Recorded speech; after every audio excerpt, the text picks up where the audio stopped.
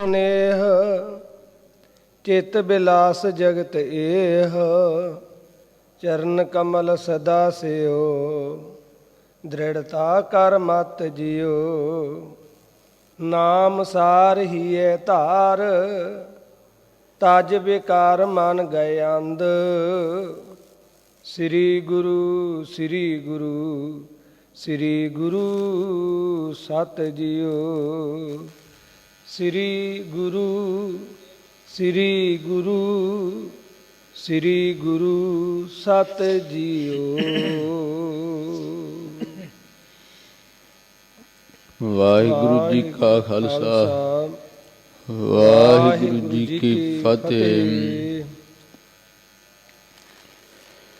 ਪਤਿਤ ਪਾਵਨ ਭਗਤ ਵਛਲ, ਕਿਰਪਾ ਦੇ ਖਜ਼ਾਨੇ ਜੁਗੋ ਜੁਗ ਅਟਲ।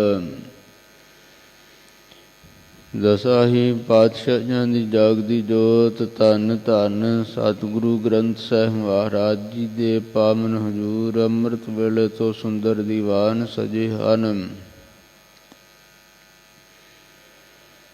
ਸਜੇ ਹੋਏ ਦੀਵਾਨਾਂ ਵਿੱਚ ਪੰਜ ਗੁਰਬਾਣੀਆਂ ਦੇ ਨਿਤਨੇਮ, ਸ੍ਰੀ ਸੁਖਮਨੀ ਸਾਹਿਬ ਜੀ ਦੇ ਪਾਠ, ਹੋਰ ਬੇਅੰਤ ਬਾਣੀ ਦਾ ਜਾਪ ਹੋਇਆ। ਸਤਿਗੁਰੂ ਗਰੀਬ ਨਿਵਾਜ ਜੀ ਦੇ ਪਾਵਨ ਸਰੂਪਾ ਆਦਿ ਧੰਨ ਗੁਰੂ ਗ੍ਰੰਥ ਸਾਹਿਬ ਸੱਚੇ ਪਾਤਸ਼ਾਹ ਜੀ ਔਰ ਦਸਮ ਸ੍ਰੀ ਗੁਰੂ ਗ੍ਰੰਥ ਸਾਹਿਬ ਜੀ ਦੇ ਪ੍ਰਕਾਸ਼ਮਾਨ ਦੀ ਸੇਵਾ ਹੋਈ।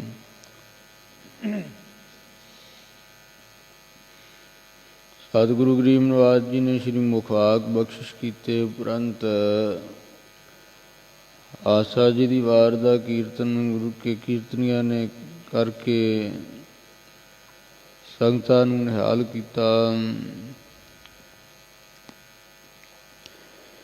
ਸਾਰੇ ਵਡਭਾਗਿਆਂ ਨੇ ਅੰਮ੍ਰਿਤ ਵੇਲੇ ਦੇ ਦੀਵਾਨੀਆਂ ਹਾਜ਼ਰੀਆਂ ਭਰਦਿਆਂ ਅੰਮ੍ਰਿਤ ਬਾਣੀ ਨੂੰ ਗਾ ਸੁਣ ਕਰਕੇ ਸਤਿਗੁਰੂ ਜੀ ਦੇ ਸਫਲ ਦਰਸ਼ਨ ਕਰਕੇ ਲਾਹਾ ਪ੍ਰਾਪਤ ਕੀਤਾ ਹੈ। ਹੁਣ ਗੁਰੂ ਪ੍ਰੇਮੀਓ, ਅੰਮ੍ਰਿਤ ਬਾਣੀ ਦਾ ਜੋ ਸਿਧਾਂਤ ਹੈ, ਜੋ ਸਤਿਗੁਰੂ ਜੀ ਨੇ ਉਪਦੇਸ਼ ਬਖਸ਼ਿਸ਼ ਕੀਤਾ ਹੈ, ਪਾਵਨ ਬਾਣੀ ਦੇ ਵਿੱਚ ਤਿਸ ਪਾਵਨ ਉਪਦੇਸ਼ ਦੀ ਕਥਾ ਵਿਚਾਰ ਹੋਵੇਗੀ। ਧੰਨ ਗੁਰੂ ਰਾਮਦਾਸ ਸਾਹਿਬ ਸੋਢੀ ਸੁਲਤਾਨ, ਬੈਠਾ ਸੋਢੀ ਪਾਤਸ਼ਾਹ। ਰਾਮਦਾਸ ਸਤਿਗੁਰੂ ਕਹਾਵੈ, ਪੂਰਨ ਤਾਲ ਖਟਾਇਆ, ਅੰਮ੍ਰਿਤ ਸਰ ਵਿੱਚ ਜੋਤ ਜਗਾਵੈ।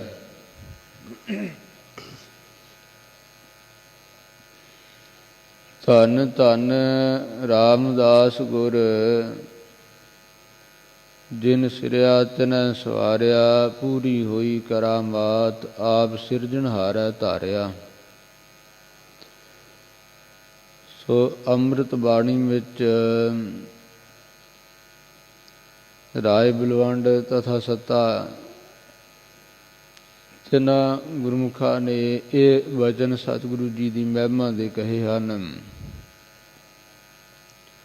ਔਰ ਬੈਠਾ ਸੋਢੀ ਪਾਤਸ਼ਾਹ ਰਾਮਦਾਸ ਸਤਿਗੁਰੂ ਕਹਾਵੈ, ਇਹ ਭਾਈ ਗੁਰਦਾਸ ਜੀ ਨੇ ਬਚਨ ਕਹੇ ਹਨ।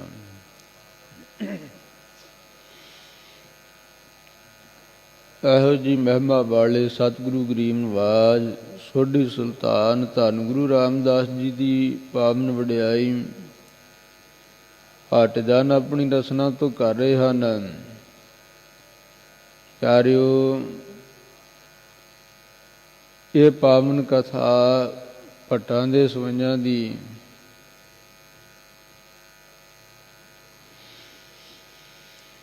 ਧੰਨ ਗੁਰੂ ਗ੍ਰੰਥ ਸਾਹਿਬ ਮਹਾਰਾਜ ਜੀ ਦੇ 1403 ਅੰਗ ਉੱਪਰ ਸੁਭਾਇਮਾਨ ਹੈ।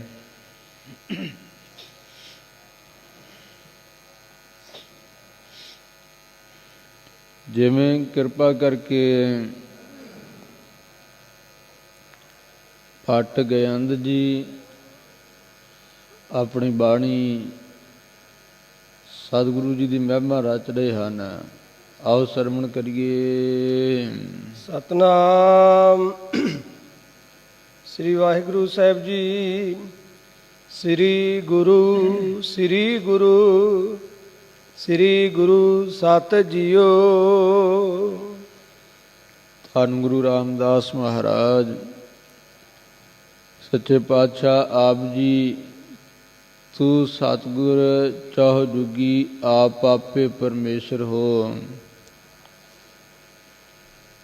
ਸੋ ਆਪ ਜੀ ਨੇ ਸਤਿਯੁਗ 'ਚ ਅਵਤਾਰ ਧਾਰ ਕੇ ਭਗਤਾਂ ਦੀ ਰੱਖਿਆ ਕੀਤੀ, ਤ੍ਰੇਤੇ 'ਚ ਦੈਂਤਾਂ ਦਾ ਨਾਸ਼ ਕੀਤਾ। ਇਸੇ ਤਰ੍ਹਾਂ ਆਪ ਜੀ ਦੁਆਪਰ ਵਿੱਚ ਕ੍ਰਿਸ਼ਨ ਰੂਪ ਹੋ ਕੇ ਖੇਲਾਂ ਖੇਲੀਆਂ। ਜਰਮ ਕਰਮ ਮਛ ਕਛ ਹੋ ਬਰਾਹ, ਜਮਨਾ ਕੇ ਕੂਲ ਖੇਲ ਖੇਲਿਓ ਜਿਨ ਗੇਂਦ ਜੀਓ। ਸਤਿਗੁਰੂ ਸਤਿਗੁਰੂ ਸਤਿਗੁਰੂ ਗੋਬਿੰਦ ਜੀਓ।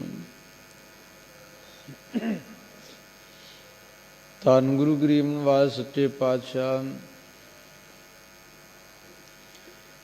ਮੱਛ ਅਵਤਾਰ ਧਾਰਨ ਕਰਕੇ ਸੰਖਾਸੁਰ ਮਾਰੇ, ਵੇਦ ਉਧਾਰੇ। ਜਦੋਂ ਸੰਖਾਸੁਰ ਜੋ ਦੈਂਤ ਅਸੁਰ ਵੇਦ ਲੈ ਗਿਆ ਸੀ ਖੋ ਕੇ ਬ੍ਰਹਮੇ ਤੋਂ, ਸੰਖਾਸੁਰ ਨੂੰ ਮਾਰ ਕੇ ਕਾਸ਼ ਅਵਤਾਰ ਮੱਛ ਅਵਤਾਰ ਧਾਰ ਕੇ ਤੇ ਸੰਖਾਸੁਰ ਨੂੰ ਮਾਰ ਕੇ ਉਹ ਬ੍ਰਹਮੇ ਦਿੱਤੇ ਵੇਦ ਪੂਜਾ ਲਾਇਆ। ਉਹ ਵੇਦ ਬ੍ਰਹਮੇ ਨੂੰ ਵਾਪਸ ਦੇ ਦਿੱਤੇ ਤੇ ਉਹਨੂੰ ਪੂਜਾ ਵਿੱਚ ਲਾ ਦਿੱਤਾ। ਗੁਰੂ ਪਿਆਰਿਓ, ਕਈ ਵਾਰੀ ਨਾ ਸੋ ਬਹੁਤਾ ਕਰਮ ਕਾਂਡ ਕਰਦਿਆਂ ਜਾਂ ਬ੍ਰਾਹਮਣ ਮਤ ਕਰਦਿਆਂ, ਜੇ ਕਿਤੇ ਦੁੱਧ ਵਿੱਚ ਮੱਖੀ ਆ ਤੇ ਉਹਨੂੰ ਕੱਢ ਕੇ ਪਾਸੇ ਕਰ ਦਿਓ। ਪਰ ਇਹੋ ਜਿਹੇ ਸਿਆਣੇ ਵੀ ਹੁੰਦੇ ਆ, ਕਈ ਸਾਰਾ ਦੁੱਧ ਹੀ ਡੋਲ ਦਿੰਦੇ ਆ। ਉਹ ਬ੍ਰਾਹਮਣੀ ਮਤ ਕਰਦਿਆਂ ਇਹ ਨਹੀਂ ਵਿਚਾਰ ਕਰਦੇ ਕਿ ਸਿਧਾਂਤ ਕੀ ਆ ਗੁਰਮਤ ਦਾ। ਇਸ ਕਰਕੇ ਜੇ ਅਸੀਂ ਪਾਵਨ ਬਾਣੀ ਦੀ ਵਿਚਾਰ ਨਹੀਂ ਕਰ ਸਕਦੇ ਤੇ ਪਾਵਨ ਬਾਣੀ ਤੋਂ ਵੱਡੀ ਗੁਰਮਤ ਕਿੱਥੋਂ ਲਿਆਵਾਂਗੇ। ਗੁਰੂ ਦੀ ਮੱਤ ਗੁਰੂ ਕੀ ਬਾਣੀ ਵਿੱਚ ਹੀ ਆ ਨਾ। ਸਤਿਗੁਰੂ ਜੀ ਦੇ ਇਹ ਬਚਨ, ਇਹ ਪਾਵਨ ਬਾਣੀ ਦੇ ਅੰਮ੍ਰਿਤ ਬਾਣੀ ਦੇ ਬਚਨ ਹਨ। ਔਰ ਉਸੇ ਸਿਧਾਂਤ ਨੂੰ ਧੰਨ ਗੁਰੂ ਗੋਬਿੰਦ ਸਿੰਘ ਸਾਹਿਬ ਮਹਾਰਾਜ ਜੀ ਨੇ ਦਸਮ ਬਾਣੀ ਦੇ ਵਿੱਚ ਖੋਲ੍ਹਿਆ ਹੈ ਕਿ ਸਾਡੇ ਸਿੱਖਾਂ ਨੂੰ ਕੋਈ ਭਰਮ ਭੁਲੇਖੇ 'ਚ ਨਾ ਪਾ ਦੇਵੇ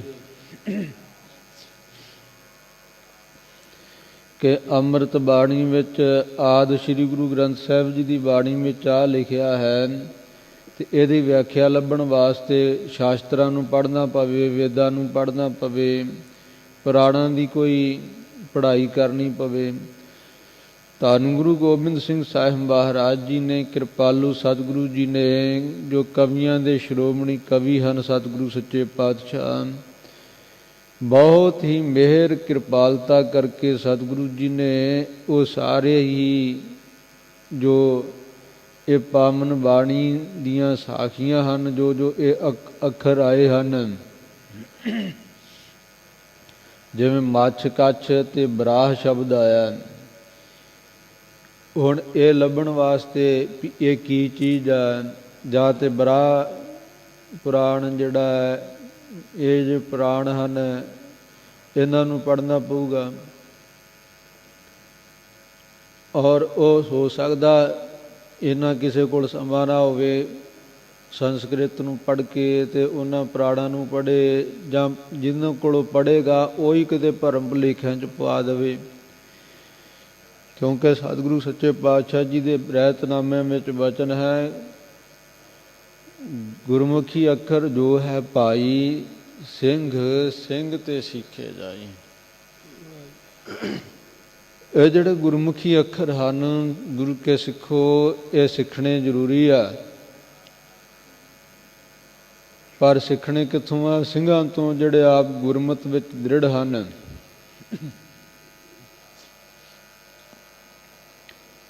ਉਹਨਾਂ ਤੋਂ ਸਿੱਖਣੇ ਆ। ਕਿਤੇ ਉਹ ਨਾ ਹੋਵੇ ਜਿਹੜਾ ਸਿਖਾਉਣ ਵਾਲਾ ਆਪ ਗੁਰਮਤੀਆ ਨਾ ਹੋਵੇ, ਜਿਵੇਂ ਭਰਮ ਭੁਲੇਖਿਆਂ 'ਚ ਆਪ ਪਿਆ ਸਾਨੂੰ ਵੀ ਪਾ ਦੇ।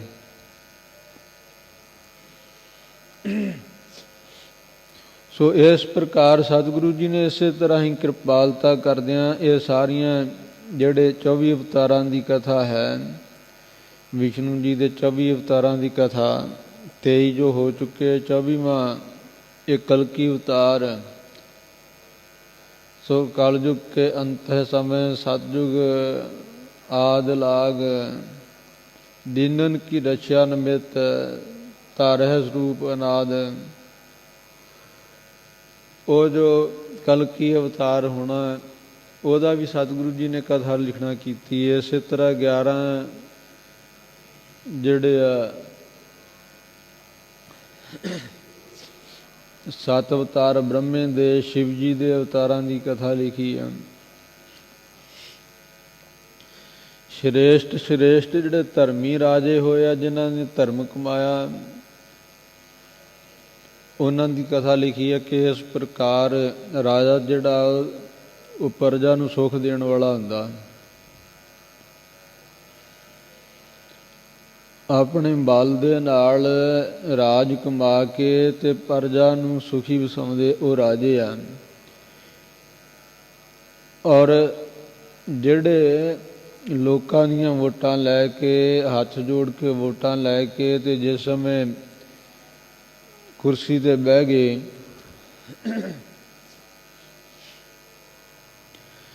ਫਿਰ ਕਿਸੇ ਦੀ ਕੁਝ ਨਹੀਂ ਸੁਣਨੀ। ਉਹ ਗੁਰੂ ਕੇ ਪਿਆਰਿਓ, ਉਹ ਰਾਜੇ ਨਹੀਂ, ਉਹ ਭੁੱਖੇ ਆ।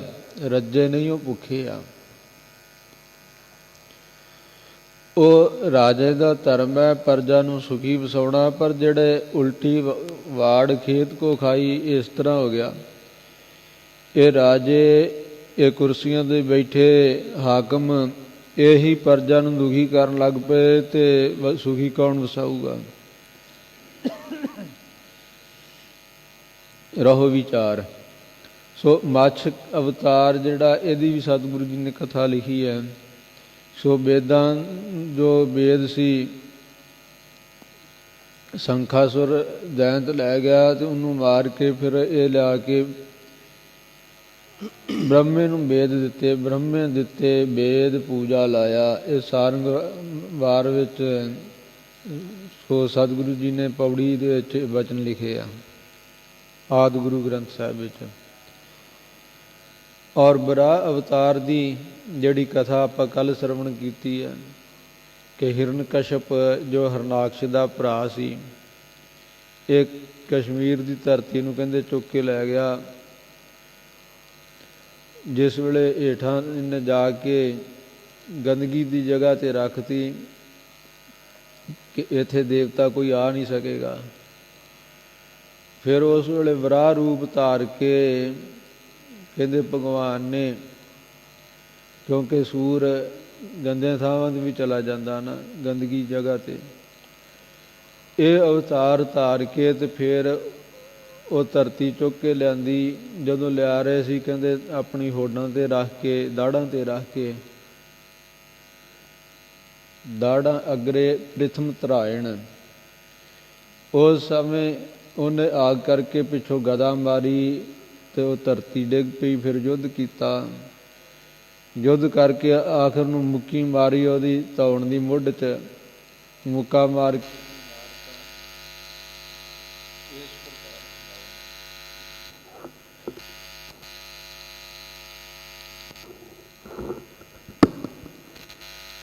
ਸੋ ਗੁਰੂ ਪ੍ਰੇਮੀਓ, ਸੋ ਧਰਤੀ ਲਿਆ ਕੇ ਕਸ਼ਪ ਨੂੰ ਦਿੱਤੀ ਤਾਂ ਉਹਨੇ ਫਿਰ ਅੱਗੇ ਸ੍ਰਿਸ਼ਟੀ ਦਾ ਵਿਸਥਾਰ ਕੀਤਾ।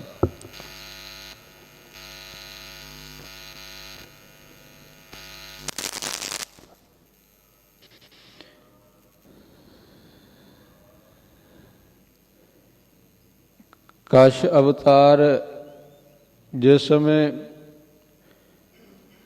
ਸੋ ਸਮੁੰਦਰ ਨੂੰ ਰਿੜਕ ਰਹੇ ਸਨ, ਇਹ ਮੰਦਰਾਚਲ ਪਰਬਤ ਹੇਠਾਂ ਨੂੰ ਜਾ ਰਿਹਾ ਸੀ, ਉਸ ਵੇਲੇ ਨੇਹੀ ਦਾ ਕੰਮ ਕੀਤਾ ਕੱਛੂ ਬਣ ਕੇ। ਇਸ ਤਰ੍ਹਾਂ ਇਹ ਜਿਹੜੀਆਂ ਖੇਡਾਂ ਖੇਡਣਾ ਕੀਤੀਆਂ। ਸੋ ਜਮਨਾ ਦੇ ਕੰਢੇ ਗਵਾਲਿਆਂ ਨੂੰ ਕਰਕੇ ਅਨੇਕਾਂ ਖੇਡਾਂ ਖੇਡੀਆਂ। ਧੰਨ ਗੁਰੂ ਰਾਮਦਾਸ ਮਹਾਰਾਜ ਸੱਚੇ ਪਾਤਸ਼ਾਹ ਆਪ ਜੀ ਜੋਤੀ ਰੂਪ ਉਹੀ ਹੋ ਜੋ ਸਾਰਿਆਂ ਵਿੱਚ ਵਰਤ ਰਹੇ ਹੋ। ਧੰਨ ਗੁਰੂ ਪਾਤਸ਼ਾਹ ਜੀ, ਸ੍ਰੀ ਗੁਰੂ ਸ੍ਰੀ ਗੁਰੂ ਸ੍ਰੀ ਜੀਓ। ਆਪ ਜੀ ਸ੍ਰੀ ਸ਼੍ਰੋਮਣੀ ਗੁਰੂ ਰਾਮਦਾਸ ਮਹਾਰਾਜ ਆਪ ਜੀ ਸਤ ਸਰੂਪ ਹੋ, ਸਤ ਸਰੂਪ।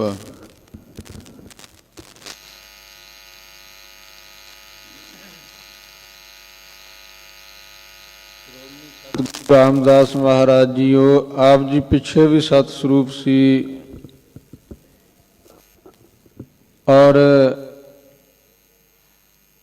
ਹੁਣ ਵੀ ਸਤ ਸਰੂਪ ਹੋ, ਅੱਗੇ ਇਸ ਤਰ੍ਹਾਂ ਆਪ ਜੀ ਮਨ ਕਰਕੇ ਬਾਣੀ ਕਰਕੇ ਵੀ ਗੁਰੂ ਮਹਾਰਾਜ ਜੀ ਨੂੰ ਸਤ ਸਰੂਪ ਜਾਣਨਾ ਕਰ ਭਾਈ। ਸਰੀਰ ਕਰਕੇ ਵੀ ਸਤਿਗੁਰੂ ਜੀ ਨੂੰ ਸਤ ਸਰੂਪ ਜਾਣਨਾ ਕਰ। ਧੰਨ ਗੁਰੂ ਰਾਮਦਾਸ ਮਹਾਰਾਜ ਤਿੰਨਾਂ ਕਾਲਾਂ ਵਿੱਚ ਸਤ ਸਰੂਪ ਹਨ। ਗੁਰ ਕਹਿਆ ਮਾਨ ਨਿਜ ਨਿਧਾਨ, ਸੱਚ ਜਾਨ ਮੰਤਰ ਇਹ ਹੈ। ਗੁਰੂ ਮਹਾਰਾਜ ਜੀ ਦਾ ਕਹਿਆ ਹੋਇਆ ਮਨ ਕਰਕੇ ਜੋ ਸਤਿਗੁਰੂ ਜੀ ਨੇ ਵਚਨ ਆਖਿਆ ਨਾ, ਇਹਨੂੰ ਮੰਨਣਾ ਕਰ। ਇਹੀ ਨਿਜ ਨਿਧਾਨ, ਇਹੀ ਆਪਣੇ ਆਤਮ ਸੁਖਾਂ ਦੀ ਪ੍ਰਾਪਤੀ ਦਾ ਖਜ਼ਾਨਾ ਹੈ। ਨਿਸ ਬਾਸਰ ਹੋਏ ਕਲਿਆਣ, ਲਹੇ ਪਰਮ ਗਤ ਜੀਓ। ਰਾਤ ਦਿਨੇ ਗੁਰੂ ਕਾ ਉਪਦੇਸ਼ ਜਪਣ ਨਾਲ ਤੈਨੂੰ ਕਲਿਆਣ ਸੁਖ ਪ੍ਰਾਪਤ ਹੋਵੇਗਾ ਔਰ ਪਰਮਗਤ ਵੱਡੀ ਮੁਕਤੀ ਤੈਨੂੰ ਪ੍ਰਾਪਤ ਹੋਵੇਗੀ। ਜੋ ਇਹ ਚਾਰ ਮੁਕਤੀਆਂ ਮੰਨੀਆਂ ਨਾ ਬੈਕੁੰਠ ਦੀਆਂ, ਸਲੋਕ ਸਰੂਪ ਸਮੀਪ ਤੇ ਸਾਜੁਜ, ਇਹਨਾਂ ਤੋਂ ਵੱਡੀ ਜੋ ਮੁਕਤੀ ਕੇਵਲ ਮੁਕਤੀ ਪ੍ਰਾਪਤ ਹੋਵੇਗੀ। ਕਾਮ ਕ੍ਰੋਧ ਲੋਭ ਮੋਹ ਜਨ ਜਨ ਸਿਓ ਛਾੜ ਤੋਹ। ਇਹ ਵਾਸ਼ਨਾਵਾਂ ਜੋ ਹਨ, ਮੰਦ ਵਾਸ਼ਨਾ, ਕਾਮ, ਕ੍ਰੋਧ, ਕਾਮ ਅਥਵਾ जेति काम काम सब को कहे काम न जाना कोय, जेति मन की वासना काम कहावै सोए। ਇਹ ਜਿੰਨੀਆਂ ਮਨ ਦੀਆਂ ਭੋਗ ਇੱਛਾ ਨਾ, ਖਾਣ ਪੀਣ ਤੋਂ ਲੈ ਕੇ ਜੋ ਵੀ ਮਨ ਦੀਆਂ ਵਾਸ਼ਨਾ, ਇਹ ਸਾਰੀਆਂ ਕਾਮ ਕਹਾਉਂਦੀਆਂ ਹਨ। ਕ੍ਰੋਧ ਚਿੱਤ ਦੀ ਤੀਖਣ ਬੁੱਧੀ, ਜਿਸ ਵੇਲੇ ਇਹ ਸੋ ਇਸ ਤਰ੍ਹਾਂ ਲੋਭ ਮਨ ਦੇ ਵਿੱਚ ਲਾਲਚ ਹੋਣਾ ਪਦਾਰਥਾਂ ਦਾ, ਮੋਹ ਜੋ ਅਗਿਆਨ, ਜੋ ਗਿਆਨ ਦਾ ਭਾਵ, ਇਸ ਤਰ੍ਹਾਂ ਇਹ ਸਰੀਰਾਂ ਦੇ ਨਾਲ ਮੋਹ ਕਰਨਾ। ਜਣ ਜਣ ਜੋ ਸਿਉ ਛਾੜ ਤੋ, ਔਰ ਹਰੇਕ ਮਨੁੱਖ ਮਾਤਰ ਨਾਲ ਜਿਹਦੇ ਨਾਲ ਮਰਜੀ ਕਿਸੇ ਨੂੰ ਨਹੀਂ ਛੱਡਦਾ, ਛਲ ਕਰੀ ਜਾਂਦਾ, ਵਿਕਾਰ ਕਮਾਈ ਜਾਂਦਾ, ਈਰਖਾ ਕਰੀ ਜਾਂਦਾ। ਇਹ ਸਾਰਾ ਜੋ ਸਾਰਾ ਨਾ ਈਰਖਾ ਕਰਨੀ, ਛਲ ਕਰਨੀ, ਇਹ ਛੱਡ ਦੇਣਾ ਕਰ। ਹਉਮੈ ਕਾ ਬੰਧ ਕਾਟ ਸਾਧ ਸੰਗ ਰਾਤੇ ਜਿਉ। ਇਸੇ ਤਰ੍ਹਾਂ ਹਉਮੈ ਦਾ ਫਾਹਾ ਕੱਟ ਦੇ ਔਰ ਸਾਧ ਸੰਗਤ ਵਿੱਚ ਰਤ ਪ੍ਰੀਤੀ ਕਰਨੀ ਕਰ। ਧੰਨ ਗਰੀਬ ਮਹਾਰਾਜ ਸੱਚੇ ਪਾਤਸ਼ਾਹ ਜੀ ਦੀ ਖੁਸ਼ੀ ਪ੍ਰਾਪਤ ਕਰ ਲੈ। ਦੇਹ ਗੇਹ ਤ੍ਰੇ ਸਨੇਹ ਚਿਤ ਬਿਲਾਸ ਜਗਤ ਏਹ। ਅਥਵਾ ਸਾਧ ਸੰਗਤ ਨਾਲ ਮਿਲ ਕਰਕੇ ਹਉਮੈ ਦਾ ਫਾਹਾ ਕੱਟ ਲੈਣਾ ਕਰ। ਦੇਹ ਗੇਹ ਤ੍ਰੇ ਸਨੇਹ। ਦੇਹ ਗੇਹ, ਦੇਹ ਜੋ ਸਰੀਰ ਹੈ, ਸਰੀਰ ਦੀ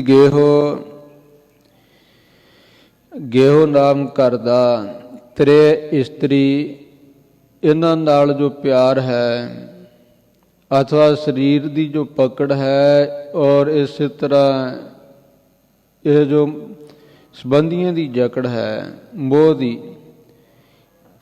ਚਿੱਤ ਵਿਲਾਸ ਜਗਤ ਇਹੋ, ਇਹ ਜਗਤ ਜਿਹੜਾ ਸਾਰਾ ਨਾ ਚਿੱਤ ਦਾ ਇੱਕ ਵਿਲਾਸ ਕੌਤਕ ਹੀ ਆ, ਤਮਾਸ਼ਾ ਹੀ ਆ, ਚਿੱਤ ਦਾ ਰਚਿਆ ਹੋਇਆ। ਚਰਨ ਕਮਲ ਸਦਾ ਸੇਓ ਦ੍ਰਿੜਤਾ ਕਰ ਮਤ ਜਿਉ। ਇਸ ਕਰਕੇ ਇਹ ਚਿੱਤ ਦੇ ਜਿਹੜਾ ਵਿਲਾਸ ਆ ਨਾ ਕੌਤਕ, ਇਹਦੇ ਵਿੱਚ ਤੂੰ ਮਨ ਨੂੰ ਨਾ ਲਾ। ਇਹ ਸੰਸਾਰ ਜੋ ਇੱਕ ਫੁਰਨਾ ਹੀ ਆ ਨਾ, ਇਹ ਸੰਸਾਰ ਇੱਕ ਕੌਤਕ ਹੀ ਆ ਨਾ, ਤਮਾਸ਼ਾ ਹੀ ਆ ਨਾ, ਜਿਸ ਨੂੰ ਧੰਨ ਗੁਰੂ ਗੋਬਿੰਦ ਸਿੰਘ ਜੀ ਨੇ ਵਚਨ ਕੀਤੇ, ਮੈਂ ਹੁਣ ਪਰਮ ਪੁਰਖ ਕੋ ਦਾਸਾ ਦੇਖਣ ਆਇਓ ਜਗਤ ਤਮਾਸ਼ਾ। ਸੋ ਇਹ ਤਮਾਸ਼ਾ ਜਿਹੜਾ ਨਾ, ਇਹਦੇ ਤੋਂ ਚਿੱਤ ਨੂੰ ਹਟਾ ਕੇ ਚਰਨ ਕਮਲ ਸਦਾ ਸਿਓ, ਵਾਹਿਗੁਰੂ ਦੇ ਚਰਨਾਂ ਕਮਲਾਂ ਦੀ ਸਦਾ ਸੇਵਾ ਕਰਨਾ ਕਰ। ਦ੍ਰਿੜਤਾ ਕਰ ਮਤ ਜੀਓ, ਆਪਣੀ ਮਤ ਨੂੰ ਦ੍ਰਿੜ ਕਰਕੇ, ਕਿਉਂਕਿ ਬਹੁਤ ਚੀਜ਼ਾਂ, ਬਹੁਤ ਇਹੋ ਜਿਹੀਆਂ ਸੋ ਖੇਲਾਂ ਆਉਣਗੀਆਂ ਜਿਹੜੀਆਂ ਤੈਨੂੰ ਮਾਰਨ ਤੋਂ ਸੋ ਪਰਮੇਸ਼ਰ ਦੇ ਨਾਮ ਸਿਮਰਨ ਵੱਲੋਂ ਰੋਕਣਗੀਆਂ। ਇਸ ਕਰਕੇ ਆਪਣੀ ਮਤ ਨੂੰ ਦ੍ਰਿੜ ਕਰਕੇ ਇਹ ਨਾਮ ਸਿਮਰਨ ਵਿੱਚ ਲੱਗਾ ਰਹਿ। ਚਰਨ ਕਮਲ ਸਦਾ ਸਿਓ, ਸਦਾ ਹੀ ਚਰਨਾਂ ਕਮਲਾਂ ਦੀ ਸੇਵਾ ਕਰ। ਚਰਨ ਕਮਲ ਕੀ ਹੈ? ਵਾਹਿਗੁਰੂ ਦਾ ਨਾਮ, ਚਿਤ ਚਰਨ ਨਾਮ। ਇਹ ਵਾਹਿਗੁਰੂ ਦੇ ਨਾਮ ਨੂੰ ਦ੍ਰਿੜ ਕਰਕੇ ਸੇਵਨਾ ਕਰ, ਜਪਣਾ ਕਰ। ਮਤ ਨੂੰ ਆਪਣੀ ਨੂੰ ਦ੍ਰਿੜ ਕਰ ਲੈਣਾ ਕਰ, ਪਰਮੇਸ਼ਰ ਦਾ ਨਾਮ ਜਪ ਕਰਕੇ। ਨਾਮ ਸਾਰ ਹੀਏ ਧਾਰ, ਤਜ ਬੇਕਾਰ ਮਨ ਗਏ ਅੰਧ। ਇਹ ਪਿਆਰੇ ਜੀ, ਨਾਮ ਜੋ ਸਾਰ ਸ੍ਰੇਸ਼ਟ ਰੂਪ ਹੈ ਨਾ, ਅਸਾਰ ਕੀ ਹੈ? ਜਗਤ, ਔਰ ਸਾਰ ਹੈ ਬ੍ਰਹਮ ਪਰਮੇਸ਼ਰ। ਪਰਮੇਸ਼ਰ ਦਾ ਨਾਮ ਹੈ ਸਾਰ। ਇਸ ਕਰਕੇ ਇਹ ਸਾਰ ਰਸ ਨਾ ਪਰਮੇਸ਼ਰ ਦਾ ਨਾਮ, ਜਿਨ ਪੀਆ ਸਾਰ ਰਸ ਤਜੇ ਆਨ ਰਸ, ਹੋਏ ਰਸ ਮਗਨ ਸੋ ਛਾੜੇ ਬਿਖ ਖੋਏ। ਇਸ ਕਰਕੇ ਇਹ ਜੋ ਨਾਮ ਰਸ ਜੋ ਸਾਰ ਹੈ, ਸ੍ਰੇਸ਼ਟ ਹੈ, ਇਸ ਨੂੰ ਹਿਰਦੇ ਵਿੱਚ ਧਾਰਨ ਕਰ ਔਰ ਤਜ ਦੇਣਾ ਕਰ, ਛੱਡ ਦੇਣਾ ਕਰ ਵਿਕਾਰਾਂ ਨੂੰ ਮਨ ਵਿੱਚੋਂ। ਇਹ ਹਾਥੀ ਦੀ ਤਰ੍ਹਾਂ ਮਸਤ ਮਨ, ਜਿਵੇਂ ਹਾਥੀ ਸੋ ਸ਼ਰਾਬ ਪੀ ਕਰਕੇ ਮਸਤ ਹੋ ਕਰਕੇ ਤੇ ਕਮਲਾਂ ਦੀ ਬਗੀਚੀ ਨੂੰ, ਕੇਲਿਆਂ ਦੀਆਂ ਬਗੀਚੀਆਂ ਨੂੰ ਤੋੜ ਦਿੰਦਾ, ਭੰਨ ਸੁੱਟਦਾ ਹੈ। ਇਸੇ ਤਰ੍ਹਾਂ ਇਹ ਮਨ ਰੂਪੀ ਹਾਥੀ ਨੇ ਇਹ ਮੈਂ ਰੂਪੀ ਸ਼ਰਾਬ ਪੀਤੀ ਹੈ, ਨਸ਼ ਹੰਕਾਰ ਰੂਪੀ ਸ਼ਰਾਬ ਪੀਤੀ ਹੈ। ਔਰ ਇਸ ਪ੍ਰਕਾਰ ਇਹ ਸ਼ੁਭ ਗੁਣਾ ਰੂਪੀ ਬਗੀਚੀ ਨੂੰ ਭੰਨੀ ਜਾ ਰਿਹਾ ਹੈ। ਇਹ ਮਨ ਵਿਕਾਰਾਂ ਨੂੰ ਛੱਡ ਦੇ ਔਰ ਨਾਮ ਰੂਪੀ ਸਾਰ ਰਸ ਨੂੰ ਛਕਣਾ ਕਰ। ਸ੍ਰੀ ਗੁਰੂ ਸ੍ਰੀ ਗੁਰੂ ਸ੍ਰੀ ਗੁਰੂ ਸਤ ਜੀਓ। ਔਰ ਨਿਸ਼ਚਾ ਕਰ ਸ੍ਰੀ ਜੋ ਸ਼੍ਰੋਮਣੀ ਸਤਿਗੁਰੂ ਜੀ ਹਨ, ਗੁਰੂ ਜੋ ਚੇਤਨ ਹਨ, ਗੁਰੂ ਜੋ ਗੌਰਵਤਾ ਬਖਸ਼ਣ ਵਾਲੇ ਹਨ, ਗੁਰੂ ਜੋ ਅਗਿਆਨ ਦੇ ਹਨੇਰੇ ਨੂੰ ਦੂਰ ਕਰਕੇ ਗਿਆਨ ਦਾ ਚਾਨਣ ਕਰਨ ਵਾਲੇ ਹਨ, ਉਹੀ ਸੱਚੇ ਹਨ ਪਿਆਰੇ ਜੀਓ। ਸੇਵਕ ਕੈ ਭਰਪੂਰ ਜੁਗ ਜੁਗ, ਵਾਹਿਗੁਰੂ ਤੇਰਾ ਸਭ ਸਦਕਾ।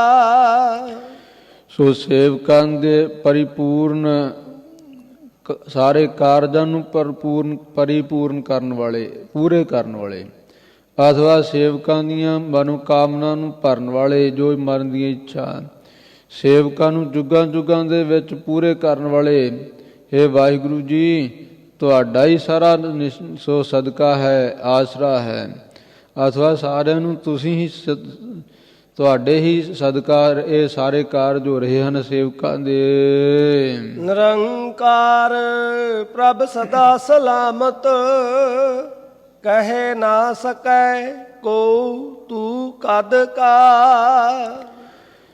ਧੰਨ ਗਰੀਬ ਨਿਵਾਸ ਸੱਚੇ ਪਾਤਸ਼ਾਹ ਜੀ, ਆਪ ਜੀ ਨਿਰੰਕਾਰ ਰੂਪ ਵਿੱਚ ਸਦਾ ਸਲਾਮਤ ਹੋ, ਭਾਵ ਸਦਾ ਰਹਿਣ ਵਾਲੇ ਹੋ। ਕੋਈ ਕਹਿ ਨਹੀਂ ਸਕਦਾ ਕਿ ਤੁਸੀਂ ਕਦੋਂ ਦੇ ਹੋ, ਕਿਉਂਕਿ ਬਾਕੀ ਸਾਰੇ ਭਾਵੇਂ ਦੇਵਤੇ ਲੰਮੀਆਂ ਉਮਰਾਂ ਵਾਲੇ ਮੰਨੇ ਆ, ਕਿਸੇ ਦੀਆਂ ਹਜ਼ਾਰਾਂ ਲੱਖਾਂ ਸਾਲ ਕਰੋੜਾਂ ਸਾਲ ਉਮਰਾਂ ਹਨ, ਪਰ ਆਖਰ ਨੂੰ ਕਈ ਯੁੱਗਾਂ ਦੀਆਂ ਉਮਰਾਂ ਭੋਗ ਕਰਕੇ ਆਖਰ ਨੂੰ ਤਾਂ ਸਾਰੇ ਨਾਸ਼ਵੰਤ ਹੀ ਆ ਨਾ।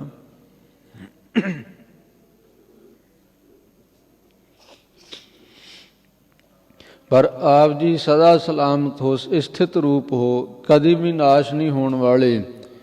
ਕੋਈ ਕਹਿ ਨਹੀਂ ਸਕਦੇ ਆਪ ਜੀ ਨੂੰ ਕਿ ਆਪ ਜੀ ਕਦੋਂ ਦੇ ਹੋ, ਭਾਵ ਗਿਣਤੀਆਂ ਮਿਣਤੀਆਂ ਤੋਂ ਰਹਿਤ, ਨਾਸ਼ ਤੋਂ ਰਹਿਤ, ਜਨਮ ਤੋਂ ਰਹਿਤ ਹੋਣ ਕਰਕੇ ਆਪ ਜੀ ਨੂੰ ਕੋਈ ਕਹਿ ਨਹੀਂ ਸਕਦਾ ਕਿ ਆਪ ਜੀ ਕਦੋਂ ਦੇ ਹੋ। ਬ੍ਰਹਮਾ ਵਿਸ਼ਨ ਤੇ ਮਹੇਸ਼ ਆਦਿਕ ਇਹ ਸਾਰੇ ਏਕਾ ਮਾਈ ਜੁਗਤ ਵਿਆਈ, ਤਿੰਨ ਚੇਲੇ ਪ੍ਰਵਾਨ। ਇੱਕ ਮਾਇਆ ਜੋ ਹੈ ਨਾ ਉਹ ਕਲਪਤ ਦਾਤਮ ਸੰਬੰਧ ਕਰਕੇ ਬ੍ਰਹਮ ਦੇ ਨਾਲ ਉਹਨੇ ਸੋ ਵਿਆਹ ਸੋ ਸੰਬੰਧ ਪਿਆ ਤੇ ਉਹ ਵਿਆਹੀ ਪ੍ਰਸੂਤਾ ਭਾਵ ਨੂੰ ਪ੍ਰਾਪਤ ਹੋਈ। ਤੇ ਇਸ ਤੋਂ ਤਿੰਨ ਇਹ ਜੋ ਮਾਇਆ ਮਾਈ ਦੇ ਪੁੱਤਰ ਹੋਏ ਆ, ਬ੍ਰਹਮਾ ਵਿਸ਼ਨੂੰ ਤੇ ਸ਼ਿਵ ਜੀ। ਸੋ ਇਸ ਪ੍ਰਕਾਰ ਉਹਨਾਂ ਸਾਰਿਆਂ ਦੀਆਂ ਉਮਰਾਂ ਹਨ। ਕਿਸੇ ਦੀ ਸੋ ਇਹ ਲਿਖਿਆ ਕਿ 100 ਸਾਲ ਬ੍ਰਹਮੇ ਦੀ ਉਮਰ ਹੈ। ਬ੍ਰਹਮੇ ਦੀ ਇੱਕ ਦਿਨ ਦੇ ਵਿੱਚ 14 ਇੰਦਰ ਜਿਹੜੇ ਆ ਉਹ ਆਪਣਾ ਰਾਜ ਕਾਲ ਕਰਕੇ ਨਾਸ਼ ਹੋ ਜਾਂਦੇ ਆ। ਬ੍ਰਹਮਾ ਆਪਣੀ 100 ਸਾਲ ਦੀ ਉਮਰ ਭੋਗਦਾ ਤੇ ਵਿਸ਼ਨੂੰ ਦਾ ਇੱਕ ਦਿਨ ਜਿਹੜਾ ਪੂਰਾ ਹੁੰਦਾ। ਸੋ ਵਿਸ਼ਨੂੰ ਆਪਣੀ 100 ਸਾਲ ਦੀ ਉਮਰ ਭੋਗਦਾ ਤੇ ਇਸ ਤਰ੍ਹਾਂ ਸ਼ਿਵ ਜੀ ਜਿਹੜਾ ਹੈ ਸੋ ਉਹਦੀ ਉਮਰ ਉਦੋਂ ਵੀ ਵੱਡੀ ਲਿਖੀ ਹੈ। ਪਰ ਆਖਰ ਨੂੰ ਸਾਰੇ ਇਹ ਸਰੀਰ ਛੱਡ ਕੇ ਸੋ ਇਹ ਸਾਰੇ ਹੀ ਨਾਸ਼ਵੰਤ ਹਨ, ਸਰੀਰ ਮਾਇਆ ਦੇ ਜੋ ਰਚੇ ਹੋਏ। ਪਰ ਹੈ ਨਿਰੰਕਾਰ ਮਾਇਕੀ ਆਕਾਰਾਂ ਤੋਂ ਰਹਿਤ ਪਰਮੇਸ਼ਰ, ਤੈਨੂੰ ਕੋਈ ਕਹਿ ਨਹੀਂ ਸਕਦਾ, ਗਿਣਤੀ ਕਰਕੇ ਨਹੀਂ ਦੱਸ ਸਕਦਾ ਕਿ ਤੂੰ ਕਦੋਂ ਦਾ ਹੈ। ਸੋ ਇਸੇ ਤਰ੍ਹਾਂ ਧੰਨ ਗੁਰੂ ਰਾਮਦਾਸ ਮਹਾਰਾਜ ਜੀ, ਤੁਸੀਂ ਉਸ ਨਿਰੰਕਾਰ ਪਰਮੇਸ਼ਰ ਦਾ ਸਰੂਪ ਹੋ। ਬ੍ਰਹਮਾ ਬਿਸ਼ਨ ਸਿਰੈ ਤੈ ਅਗਨਤ। ਸੋ ਬ੍ਰਹਮਾ ਵਿਸ਼ਨੂੰ ਆਦਿਕ ਇਹ ਆਪ ਜੀ ਨੇ ਅਣਗਿਣਤ ਹੀ ਸਾਜਣਾ ਕੀਤੇ ਆ।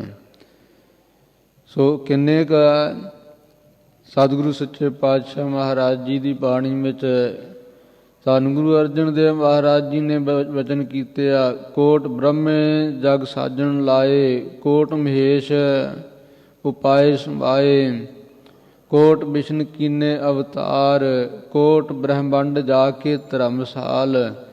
ਇਹ ਕਰੋੜਾਂ ਹੀ ਆ, ਇੱਕ ਇੱਕ ਨਹੀਂ, ਅਨੇਕਾਂ ਹੀ ਰਚ ਰਚ ਕਰਕੇ।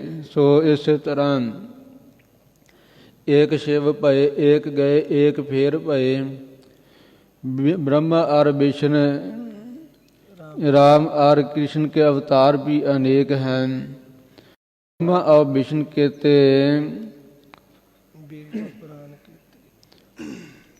वेद और पुराण कहते सिमरत समोहन के होए बचाए हैं।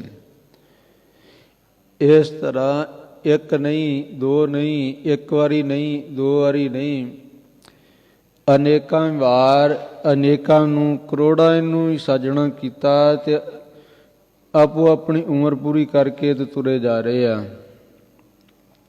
ਕੱਲ ਇੱਕ ਸਿੰਘ ਦਾ ਫੋਨ ਆਇਆ, ਕਹਿਣ ਲੱਗਾ ਜੀ ਮੈਨੂੰ ਗੁਰਮੁਖ, ਉਹ ਸੋ ਇੰਗਲੈਂਡ ਤੋਂ ਸੀ, ਕਹਿਣ ਲੱਗੇ ਮੈਂ ਇੱਥੇ ਪੜ੍ਹਾ ਰਿਹਾ ਕਿਸੇ ਸੋ ਗੋਰੇ ਨੇ, ਸੋ ਅਫਰੀਕਨ ਸੀ, ਗੋਰਾ ਨਹੀਂ, ਉਹ ਮੰਨਦੇ ਤੇ ਕਹਿੰਦੇ ਇਹ ਜਿਸ ਨੂੰ ਹੀ ਆ। ਤੇ ਉਹਨੇ ਮੈਨੂੰ ਇਹ ਪ੍ਰਸ਼ਨ ਕੀਤਾ ਕਿ ਅਸੀਂ ਮੰਨਦੇ ਹਾਂ, ਸਾਡੇ ਧਰਮ ਵਾਲੇ ਮੰਨਦੇ ਆ ਕਿ ਪਰਮੇਸ਼ਰ ਨੇ 6 ਦਿਨਾਂ ਵਿੱਚ ਸ੍ਰਿਸ਼ਟੀ ਨੂੰ ਪੈਦਾ ਕੀਤਾ ਤੇ 7ਵੇਂ ਦਿਨ ਫਿਰ ਉਹਨਾਂ ਨੇ ਆਰਾਮ ਕੀਤਾ ਤੇ ਐਵੇਂ ਹਫਤਾ ਬਣਿਆ। ਗੁਰਮਤਿ ਦੇ ਵਿੱਚ ਇਹ ਸ੍ਰਿਸ਼ਟੀ ਦੀ ਉਤਪਤੀ ਬਾਰੇ ਕਿਵੇਂ ਲਿਖਿਆ ਕਿ ਕਿਵੇਂ ਹੋਈ ਹੈ। ਤੇ ਧੰਨ ਗੁਰੂ ਗਰੀਬ ਨਿਵਾਸ ਸੱਚੇ ਪਾਤਸ਼ਾਹ ਜੀ ਦੇ ਜੋ ਬਚਨ ਹਰਿਦਾਸ ਨੇ ਕਹੇ ਕਿ ਧੰਨ ਗੁਰੂ ਗਰੀਬ ਨਿਵਾਸ ਜੀ ਨੇ ਬਚਨ ਕਹੇ ਹਨ ਕਿ ਇਹ ਜਿਹੜੀ ਸ੍ਰਿਸ਼ਟੀ ਆ ਨਾ, ਇੱਕ ਵਾਰੀ ਨਹੀਂ ਸੋ ਕਰੋੜਾਂ ਵਾਰ ਪਰਮੇਸ਼ਰ ਨੇ ਅਨਕ ਵਾਰ ਜਿਹੜੀ ਆ ਨਾ ਇਹ ਰਚ ਰਚ ਕਰਕੇ ਤੇ ਫਿਰ ਇਹਨੂੰ ਆਪਣੇ ਵਿੱਚ ਮਿਲਾ ਲੈਂਦਾ ਹੈ। ਉਹਦੀ ਖੇਡ ਹੈ। ਔਰ ਰਚੀ ਕਿੰਨੇ ਦਿਨਾਂ 'ਚ ਹੈ, ਉਹਦੇ ਬਾਰੇ ਸਤਿਗੁਰੂ ਜੀ ਦੇ ਬਚਨ ਹਨ, ਹਰਨ ਭਰਨ ਜਾ ਕਾ ਨੇਤਰ ਫੋਰ, ਤਿਸ ਕਾ ਮੰਤਰ ਨਾ ਜਾਣੇ ਕੋਈ ਹੋਰ। ਸੋ ਇਸ ਪ੍ਰਕਾਰ ਹਰਨ ਭਰਨ ਜਾ ਕਾ ਨੇਤਰ ਫੋਰ, ਇਹ ਸ੍ਰਿਸ਼ਟੀ ਨੂੰ ਨਾਸ਼ ਕਰਨਾ ਤੇ ਫੇਰ ਰਚ ਦੇਣਾ, ਇਹ ਅੱਖ ਦੇ ਫੁਰਕਣ ਦੇ ਸਮੇਂ ਵਿੱਚ ਹੀ, ਭਾਵ ਅੱਖ ਚਮਕਣ ਦੇ ਸਮੇਂ ਵਿੱਚ ਹੀ ਪਰਮੇਸ਼ਰ ਜੀ ਇੰਨੇ ਸਮਰੱਥ ਹਨ ਕਿ ਸਾਰੀ ਸ੍ਰਿਸ਼ਟੀ ਨੂੰ ਰਚ ਕੇ ਤੇ ਫਿਰ ਨਾਸ਼ ਕਰ ਸਕਦੇ ਆ, ਅਥਵਾ ਸਾਰੀ ਸ੍ਰਿਸ਼ਟੀ ਨੂੰ ਨਾਸ਼ ਕਰਕੇ ਫਿਰ ਉਸੇ ਤਰ੍ਹਾਂ ਹੀ ਇੱਕ ਖਿਣ ਵਿੱਚ ਹੀ ਸਾਰੀ ਸ੍ਰਿਸ਼ਟੀ ਨੂੰ ਪੈਦਾ ਕਰ ਸਕਦੇ। ਏਡੇ ਸਮਰੱਥ ਹਨ ਵਾਹਿਗੁਰੂ ਜੀ। ਔਰ ਗੁਰੂ ਕੇ ਪਿਆਰਿਓ, ਇੱਕ ਸ੍ਰਿਸ਼ਟੀ ਨਹੀਂ ਸੋ ਰੋਮ ਰੋਮ ਕੋਟ ਬ੍ਰਹਮੰਡ ਕੋ ਨਿਵਾਸ ਜਾਸ, ਮਾਨਸ ਅਵਤਾਰ ਧਾਰ ਦਰਸ ਦਿਖਾਏ ਹਨ। ਇੱਕ ਇੱਕ ਰੋਮ ਦੇ ਵਿੱਚ ਕਰੋੜਾਂ ਕਰੋੜਾਂ ਸ੍ਰਿਸ਼ਟੀਆਂ ਹਨ, ਇੱਕ ਸ੍ਰਿਸ਼ਟੀ ਦੀ ਗੱਲ ਨਹੀਂ। ਉਹ ਪਰਮੇਸ਼ਰ ਦਾ ਰੂਪ, ਉਹ ਪਰਮੇਸ਼ਰ ਜੋ ਜਿਸ ਦੇ ਇੱਕ ਇੱਕ ਰੋਮ ਵਿੱਚ ਕਰੋੜਾਂ ਕਰੋੜਾਂ ਸ੍ਰਿਸ਼ਟੀਆਂ ਹਨ, ਉਸ ਪਰਮੇਸ਼ਰ ਨੇ ਗੁਰੂ ਰੂਪ ਕਰਕੇ ਅਵਤਾਰ, ਗੁਰੂ ਅਵਤਾਰ ਲੈ ਕਰਕੇ ਦਰਸ਼ਨ ਦਿਖਾਏ ਹਨ। ਇਸ ਤਰ੍ਹਾਂ ਇਹ ਪਿਆਰਿਓ, ਅਨੇਕਾਂ ਬ੍ਰਹਮਾ ਤੇ ਸ਼ਿਵ ਜੀ ਆਦਿਕ, ਵਿਸ਼ਨੂੰ ਆਦਿਕ ਜਿਸ ਪਰਮੇਸ਼ਰ ਨੇ ਰਚੇ ਹਨ, ਤਿੰਨ ਕੋ ਮੋਹ ਭਇਆ ਮਨ ਮਦ ਕਾ। ਔਰ ਉਹਨਾਂ ਨੂੰ ਇਹ ਮੋਹ ਹੋ ਗਿਆ, ਮਨ ਦੇ ਵਿੱਚ ਹੰਕਾਰ ਹੋ ਗਿਆ। ਕਾਹਦਾ ਹੰਕਾਰ ਹੋ ਗਿਆ ਕਿ ਅਸੀਂ ਸ੍ਰਿਸ਼ਟੀ ਦੀ ਰਚਨਾ ਕਰਦੇ। ਬ੍ਰਹਮਾ ਕਹਿੰਦਾ ਮੈਂ ਸ੍ਰਿਸ਼ਟੀ ਦੀ ਰਚਨਾ ਕਰ ਰਿਹਾ, ਵਿਸ਼ਨੂੰ ਕਹਿ ਰਿਹਾ ਕਿ ਮੈਂ ਇਹ ਜੋ ਸਾਰਿਆਂ ਨੂੰ ਪਾਲਣਾ ਕਰ ਰਿਹਾ, ਸਾਰਿਆਂ ਦੀ ਮੈਂ ਪਾਲਣਾ ਦਾ ਜ਼ਿੰਮੇਵਾਰੀ ਮੇਰੀ ਹੈ ਔਰ ਲੈਤਾ ਦੀ ਜ਼ਿੰਮੇਵਾਰੀ ਸ਼ਿਵ ਜੀ ਕਹਿੰਦਾ ਮੈਂ ਲੈ ਰਿਹਾ। ਇਸ ਪ੍ਰਕਾਰ ਇਹ ਜਿਹੜੀ ਆ ਨਾ ਬ੍ਰਹਮਾ ਤੇ ਵਿਸ਼ਨੂੰ ਆਦਿਕਾਂ ਨੂੰ ਇਹ ਮੋਹ ਹੋ ਗਿਆ ਮਨ ਦੇ ਵਿੱਚ। ਮਨ ਦਾ ਜੋ ਇਹ ਹੰਕਾਰ ਆ ਗਿਆ ਮਨ ਵਿੱਚ, ਔਰ ਜਿੱਥੇ ਗੁਰੂ ਕੇ ਪਿਆਰਿਓ ਸੋ ਮਨ ਦੇ ਵਿੱਚ ਅਹੰ ਭਾਵ ਫੁਰਦਾ ਨਾ, ਉੱਥੇ ਫਿਰ ਗਿਆਨ ਨਹੀਂ ਰਹਿੰਦਾ। ਅੰਤਰ ਅਗਿਆਨ ਭਈ ਮਦ ਮੱਧਮ ਮਤ ਮੱਧਮ। ਜਦੋਂ ਅੰਤਰ ਅਗਿਆਨ ਆਵੇ ਉਦੋਂ ਹੀ ਇਹ ਮਤ ਜਿਹੜੀ ਮੱਧਮ ਹੁੰਦੀ ਹੈ। ਸੋ ਇਹ ਮਦ ਕਰਕੇ ਹੰਕਾਰ ਕਰਕੇ ਉੱਥੇ ਫਿਰ ਗਿਆਨ ਸਰੂਪ ਦਾ ਗਿਆਨ ਨਹੀਂ ਰਹਿੰਦਾ। ਇਸ ਪ੍ਰਕਾਰ ਸੱਚੇ ਪਾਤਸ਼ਾਹ ਫਰਮਾਉਂਦੇ ਹਨ 84 ਲੱਖ ਜੋ ਨੇ ਉਪਾਈ, ਰਿਜਕ ਦਿਆ ਸਭੂ ਕਉ ਤਦ ਕਾ। ਪਰ ਪਰਮੇਸ਼ਰ ਸੱਚੇ ਪਾਤਸ਼ਾਹ ਜੀ ਨੇ ਇਹ ਸਾਰੀ 84 ਲੱਖ ਜੂਨ ਪੈਦਾ ਕੀਤੀ ਹੈ ਔਰ ਸਾਰਿਆਂ ਨੂੰ ਰਿਜਕ ਤਦੋਂ ਤਾਂ ਹੀ ਦੇਣਾ ਕੀਤਾ। ਸਾਰੀ ਸ੍ਰਿਸ਼ਟੀ ਪੈਦਾ ਕਰਕੇ ਵੇਖੋ ਸਾਰਿਆਂ ਨੂੰ ਰਿਜਕ ਦੇ ਰਿਹਾ, ਫਿਰ ਵੀ ਸਾਰੇ ਰਿਜਕ ਦੇ ਵਾਸਤੇ ਹੀ, ਰੋਟੀ ਵਾਸਤੇ ਹੀ। ਜਿਹਨੂੰ ਪੁੱਛੋ ਰੋਟੀ ਬਦਲੇ ਹੀ ਕੰਮ ਕਰਦੇ ਹਾਂ, ਰੋਟੀ ਬਦਲੇ ਹੀ ਸਾਰੇ ਕੰਮ ਕਰ ਰਹੇ ਹਾਂ। ਕਿਸੇ ਦੀ ਮਜ਼ਦੂਰੀ ਕਰਨੀ ਰੋਟੀ ਬਦਲੇ, ਤਰਲੇ ਕੱਢਣੇ ਰੋਟੀ ਬਦਲੇ, ਲੜਾਈ ਕਰਨੀ ਰੋਟੀ ਬਦਲੇ, ਪ੍ਰੇਮ ਪਾਉਣਾ ਕਿਸੇ ਨਾਲ ਰੋਟੀ ਬਦਲੇ। ਇਹ ਰੋਟੀ ਸੋ ਫਿਰ ਵੀ ਇਸੇ ਤੇ ਚਿੰਤਾ ਜੀ ਪਏ ਰਹਿੰਦੇ ਆ, ਕਿੱਥੋਂ ਖਾਵਾਂਗੇ, ਕਿਵੇਂ ਹੋਊਗਾ। ਜਦੋਂ ਕਿ ਪਰਮੇਸ਼ਰ ਜੀ ਨੇ ਪਹਿਲੋਂ ਦੇ ਤੈਂ ਰਿਜਕ ਸੰਭਾਹਾ, ਪਿੱਛੋਂ ਦੇ ਤੈਂ ਜੰਤ ਉਪਾਹਾ। ਪਹਿਲਾਂ ਸਭ ਤੋਂ ਵਾਹਿਗੁਰੂ ਜੀ ਨੇ ਭੋਜਨ ਦਾ ਪ੍ਰਬੰਧ ਕਰਕੇ ਫਿਰ ਜੀਵ ਨੂੰ ਪੈਦਾ ਕੀਤਾ। ਭਾਈ ਮਰਦਾਨਾ ਜੀ ਨੇ ਜਿਸ ਵੇਲੇ ਪੁੱਛਿਆ ਸੀ, ਸਤਿਗੁਰੂ ਨਾਨਕ ਦੇਵ ਜੀ ਨੇ ਬਚਨ ਕੀਤੇ, ਸੁਣ ਮਰਦਾਨੇ ਲੇਤ ਸਦਾ ਸਭ ਕੀ ਸੁਧ ਕਰਤਾਰ, ਦੇਹ ਰਚੀ ਪ੍ਰਸ਼ਾਦ ਮੈਂ ਪਹਿਲੇ ਰਚਾ ਆਹਾਰ। ਇਹ ਭਾਈ ਮਰਦਾਨਾ ਜੀ ਵੇਖ ਪਰਮੇਸ਼ਰ ਸਾਰਿਆਂ ਦੀ ਖਬਰ ਲੈ ਰਿਹਾ ਹੈ। ਦੇਹ ਸਰੀਰ ਤਾਂ ਬਾਅਦ ਵਿੱਚ ਬਣਾਏ, ਪਹਿਲਾਂ ਇਹਨਾਂ ਵਾਸਤੇ ਭੋਜਨ ਦਾ ਪ੍ਰਬੰਧ ਪਰਮੇਸ਼ਰ ਨੇ ਕੀਤਾ। ਸੇਵਕ ਕੈ ਭਰਪੂਰ ਜੁਗ ਜੁਗ, ਵਾਹਿਗੁਰੂ ਤੇਰਾ ਸਭ ਸਦਕਾ। ਇਹ ਸੇਵਕਾਂ ਨੂੰ ਪਰਿਪੂਰਨ ਕਰਨ ਵਾਲੇ ਵਾਹਿਗੁਰੂ ਜੁਗਾਂ ਜੁਗਾਂ ਦੇ ਵਿੱਚ ਆਪ ਜੀ ਆਪਣੇ ਸੇਵਕਾਂ ਦੀ ਨੂੰ ਭਰਪੂਰ ਕਰਨ ਵਾਲੇ, ਪੂਰਨ ਕਰਨ ਵਾਲੇ ਹੋ। ਐਸਾ ਦਾਸਾਂ ਦੇ ਹਿਰਦੇ ਵਿੱਚ ਨਿਸ਼ਚਾ ਹੈ ਕਿ ਤੂੰ ਜੱਗੋਂ ਜੁਗਾਂ ਵਿੱਚ ਪਰਿਪੂਰਨ ਹੈ, ਵਿਆਪਕ ਹੈ। ਸੇਵਕਾਂ ਦੇ ਤਾਂ ਹੀ ਸ਼ੁਭ ਗੁਣਾਂ ਨਾਲ ਲਵਾਲਵ ਭਰ ਦੇਣ ਵਾਲਾ ਵਾਹਿਗੁਰੂ। ਇਹ ਸਤਿਗੁਰੂ ਸਰੂਪ ਧੰਨ ਗੁਰੂ ਰਾਮਦਾਸ ਜੀਓ, ਆਪ ਜੀ ਦਾ ਸਾਰਿਆਂ ਨੂੰ ਆਸਰਾ ਹੈ। ਸਦਕਾ ਆਪ ਜੀ ਦਾ ਹੀ ਭਰੋਸਾ ਹੈ। ਸਦਕਾ ਆਪ ਜੀ ਤੋਂ ਅਸੀਂ ਸਦਕੇ ਵਾਰਨੇ ਜਾਂਦੇ ਹਾਂ। ਵਾਹੋ ਵਾਹੋ ਕਾ ਬੜਾ ਤਮਾਸਾ,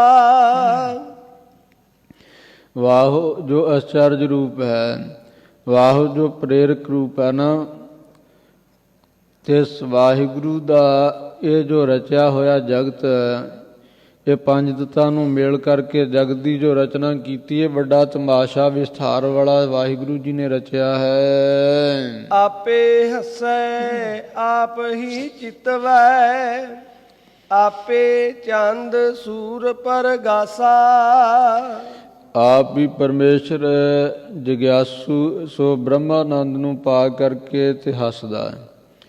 ਆਪ ਵੀ ਜਗਿਆਸੂ ਰੂਪ ਹੋ ਕਰਕੇ ਕਿ ਬ੍ਰਹਮਾਨੰਦ ਕਿਵੇਂ ਪ੍ਰਾਪਤ ਹੋਵੇ, ਚਿਤਵਦਾ ਹੈ। ਆਪੇ ਚੰਦ ਤੇ ਸੂਰਜ ਤੇ ਚੰਦਰਮਾ ਜੋ ਹੈ ਇਹਨਾਂ ਨੂੰ ਪ੍ਰਕਾਸ਼ ਰਿਹਾ ਹੈ, ਅਥਵਾ ਆਪ ਵੀ ਚੰਦਰ ਔਰ ਸੂਰ ਹੋ ਕਰਕੇ ਸੂਰਜ ਬਣ ਕੇ ਇਹ ਚਾਨਣ ਕਰ ਰਿਹਾ ਹੈ। ਸੱਚੇ ਪਾਤਸ਼ਾਹ ਸਾਰੇ ਥਾਂ ਆਪ ਹੀ ਆਪ ਵਿਆਪਕ ਹੈ। ਆਪੇ ਜਲ ਆਪੇ ਥਲ ਥੰਮਨ, ਆਪੇ ਕੀਆ ਘਟ ਘਟ ਬਾਸਾ। ਆਪ ਹੀ ਪਾਣੀ ਰੂਪ ਹੈ, ਆਪੇ ਥਲ ਧਰਤੀ ਰੂਪ ਹੈ, ਤੇ ਥਲ ਥੰਮਨ ਇਹ ਜੋ ਥੰਮ ਦਿੱਤਾ ਨਾ ਪਾਣੀ ਨੂੰ ਆਸਰਾ, ਕਿਉਂਕਿ ਪਾਣੀ ਜਿਹੜਾ ਜਲ ਹੈ,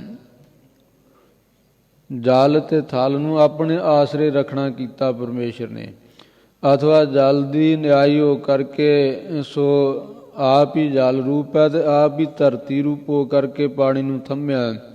ਧਰਤੀ ਭਾਵੇਂ ਪਾਣੀ ਨਾਲੋਂ ਬਹੁਤ ਘੱਟ ਹੈ, ਪਾਣੀ ਕਹਿੰਦੇ 10 ਗੁਣਾ ਵੱਧ ਮੰਨਿਆ ਕਿਸੇ ਇਸ ਤਰ੍ਹਾਂ ਹੀ ਕਈ ਗ੍ਰੰਥਾਂ ਵਿੱਚ 70 ਗੁਣਾ ਵੱਧ ਲਿਖਿਆ ਹੈ ਕਿ ਪਾਣੀ 70 ਗੁਣਾ ਜ਼ਿਆਦਾ ਹੈ ਧਰਤੀ ਨਾਲੋਂ। ਰਹੋ ਵਿਚਾਰ। ਕਹਿਣ ਤੋਂ ਭਾਵ ਇਹ ਹੈ ਕਿ ਪਾਣੀ ਜ਼ਿਆਦਾ ਹੈ ਤੇ ਤਾਂ ਵੀ ਧਰਤੀ ਨੂੰ ਉਹ ਡੋਬਦਾ ਨਹੀਂ, ਇਹ ਆਪ ਹੀ ਆਸਰਾ ਦੇ ਕਰਕੇ ਆਪਣੇ ਹੁਕਮ 'ਚ ਰੱਖਣਾ ਕੀਤਾ ਪਰਮੇਸ਼ਰ ਨੇ। ਆਪੇ ਨਰ ਆਪੇ ਫੁਨ ਨਾਰੀ, ਆਪੇ ਸਾਰ ਆਪ ਹੀ ਪਾਸਾ। ਸੋ ਆਪ ਹੀ 84 ਲੱਖ ਜੂਨ ਦੇ ਤੇ 4 ਖਾਣੀਆਂ ਦੇ ਘਾਟਾਂ ਘਾਟਾਂ ਵਿੱਚ ਆਪੇ ਕੀਆ ਘਟ ਘਟ ਵਾਸਾ ਕਰਨਾ ਕੀਤਾ। ਆਪੇ ਨਰ ਆਪੇ ਫੁਨ ਨਾਰੀ, ਆਪ ਹੀ ਪਰਮੇਸ਼ਰ ਜੀ ਨਰ ਮਨੁੱਖ ਬਣੇ ਹਨ, ਆਪ ਜੀ ਇਸਤਰੀਆਂ ਰੂਪ ਵਿੱਚ ਹੈ, ਸਾਰਿਆਂ ਵਿੱਚ ਜੋਤ ਪਰਮੇਸ਼ਰ ਦੀ ਹੈ ਨਾ। ਸੋ ਆਪੇ ਸਾਰ ਆਪ ਹੀ ਪਾਸਾ, ਆਪੇ ਹੀ ਸਰੀਰਾਂ ਰੂਪੀ ਸਾਰ ਇਹ ਚੌਪੜ ਹੈ, ਆਪ ਹੀ ਸੋ ਧੰਨ ਗਰੀਬ ਨਿਵਾਸ ਸੱਚੇ ਪਾਤਸ਼ਾਹ ਤਿੰਨਾਂ ਗੁਣਾਂ ਰੂਪੀ ਇਹ ਜੋ ਪਾਸਾ ਖੇਲਦੇ ਹਨ। ਇਸ ਤਰ੍ਹਾਂ ਆਪ ਹੀ ਉੱਤਮ ਮੱਧਮ ਤੇ ਕਨਿਸ਼ਟ ਰੂਪ ਨਰਦਾ ਹਨ, ਆਪ ਹੀ ਤਿੰਨਾਂ ਗੁਣਾਂ ਰੂਪੀ ਪਾਸਾ ਬਣ ਰਿਹਾ ਹੈ। ਆਪ ਹੀ ਪਰਮੇਸ਼ਰ ਜੀ ਈਸ਼ਰ ਰੂਪ ਇਹ ਨਰ ਹੈ, ਆਪ ਹੀ ਮਾਇਆ ਰੂਪ ਨਾਰੀ ਹੈ, ਤੇ ਆਪ ਹੀ ਜੀਵਾਂ ਰੂਪ ਨਰਦਾ ਹਨ। ਆਪ ਹੀ ਨਿਯੰਤਾ ਰੂਪ ਹੋ ਕਰਕੇ ਇਹਨਾਂ ਦੀ ਖੇਡ ਨੂੰ ਖਿਡਾ ਰਿਹਾ। ਸੋ ਇਸੇ ਤਰ੍ਹਾਂ ਸੋ ਇਹ ਸਾਰਾ ਤਮਾਸ਼ਾ ਪਰਮੇਸ਼ਰ ਦਾ ਹੀ ਹੈ। ਗੁਰਮੁਖ ਸੰਗਤ ਸਭੈ ਵਿਚਾਰਹੁ, ਵਾਹੋ ਵਾਹੋ ਕਾ ਵੱਡਾ ਤਮਾਸਾ। ਇਹ ਗੁਰਮੁਖਾਂ ਦੀ ਸੰਗਤ ਵਿੱਚ ਬੈਠ ਕੇ ਪ੍ਰੇਮੀਓ ਸਾਰੇ ਇਹ ਵਿਚਾਰ ਕਰੋ, ਅਥਵਾ ਗੁਰਮੁਖ ਜਨੋ ਸਾਰੇ ਤੁਸੀਂ ਇਹ ਵਿਚਾਰ ਕਰੋ ਕਿ ਧੰਨ ਗੁਰੂ ਰਾਮਦਾਸ ਸੱਚੇ ਪਾਤਸ਼ਾਹ ਜੀ ਨੂੰ ਹਰੀ ਰੂਪ ਵਿਚਾਰਨਾ ਕਰੋ। ਵਾਹੋ ਜੋ ਅਚਰਜ ਰੂਪ ਹੈ, ਵਾਹਿਗੁਰੂ ਜੋ ਹੈ ਨਾ, ਤੇ ਇਸ ਨੇ ਪੰਜਾਂ ਤੱਤਾਂ ਦਾ ਆਪਸ ਵਿੱਚ ਮੇਲ ਮਿਲ ਕੇ ਵੱਡਾ ਤਮਾਸ਼ਾ ਰਚਿਆ। 5 ਤੱਤ ਬਣਾਏ ਆ ਜਿਹੜੇ ਮਹਾਭੂਤ ਕਹਿੰਦੇ ਆ, ਪੰਚੀ ਕਿਰਿਤ ਇਹਨਾਂ ਤੋਂ ਕੀਤਾ ਅੱਗੇ। ਪੰਜਾਂ ਤੱਤਾਂ ਨੂੰ ਇਸ ਪ੍ਰਕਾਰ ਇਹ ਵਰਣਨ ਆਉਂਦਾ ਹੈ ਗ੍ਰੰਥਾਂ ਦੇ ਵਿੱਚ ਕਿ ਇੱਕ ਜਿਹੜਾ ਨਾ ਇੱਕ ਇੱਕ ਤੱਤ ਦੇ ਇਹ 2-2 ਹਿੱਸੇ ਕਰ ਲਏ। ਇੱਕ ਤੱਤ ਦੇ 2 ਹਿੱਸੇ ਕਰਕੇ ਇੱਕ ਹਿੱਸਾ ਤੇ ਉਹ ਤੱਤ ਨੇ ਆਪਣੇ ਕੋਲ ਰੱਖ ਲਿਆ, ਜਿਹੜਾ ਅੱਧਾ ਹਿੱਸਾ ਸੀ ਉਹਨੂੰ ਚਵਾਂ ਦੇ ਵਿੱਚ ਵੰਡ ਦਿੱਤਾ। ਇਸੇ ਤਰ੍ਹਾਂ ਪਹਿਲੇ ਤੱਤ ਨੇ ਵੀ ਇੱਕ ਹਿੱਸਾ ਆਪਣੇ ਕੋਲ ਰੱਖ ਕੇ ਤੇ ਬਾਕੀ ਚਵਾਂ ਨੂੰ ਆਪਣਾ ਉਹ ਅੱਧੇ ਹਿੱਸੇ ਚੋਂ ਬਰਾਬਰ ਦਾ ਹਿੱਸਾ ਚਵਾਂ ਨੂੰ ਵੰਡਤਾ। ਦੂਜੇ ਨੇ ਵੀ ਇਸੇ ਤਰ੍ਹਾਂ ਕੀਤਾ, ਤੀਜੇ ਨੇ, ਚੌਥੇ ਨੇ, ਪੰਜਵੇਂ ਨੇ, ਇਹ ਬਣ ਗਏ 25, 5 5 25 ਹੋ ਗਏ। ਇਸ ਤਰ੍ਹਾਂ 25 ਜੋ ਸਨ ਪ੍ਰਕਿਰਤੀਆਂ ਬਣ ਗਈਆਂ ਇੱਕ ਇੱਕ ਤੱਤ ਤੋਂ। ਜਿਵੇਂ ਆਕਾਸ਼ ਤੱਤ ਹੈ, ਉਹਨੇ ਗੁਰੂ ਕੇ ਪਿਆਰਿਓ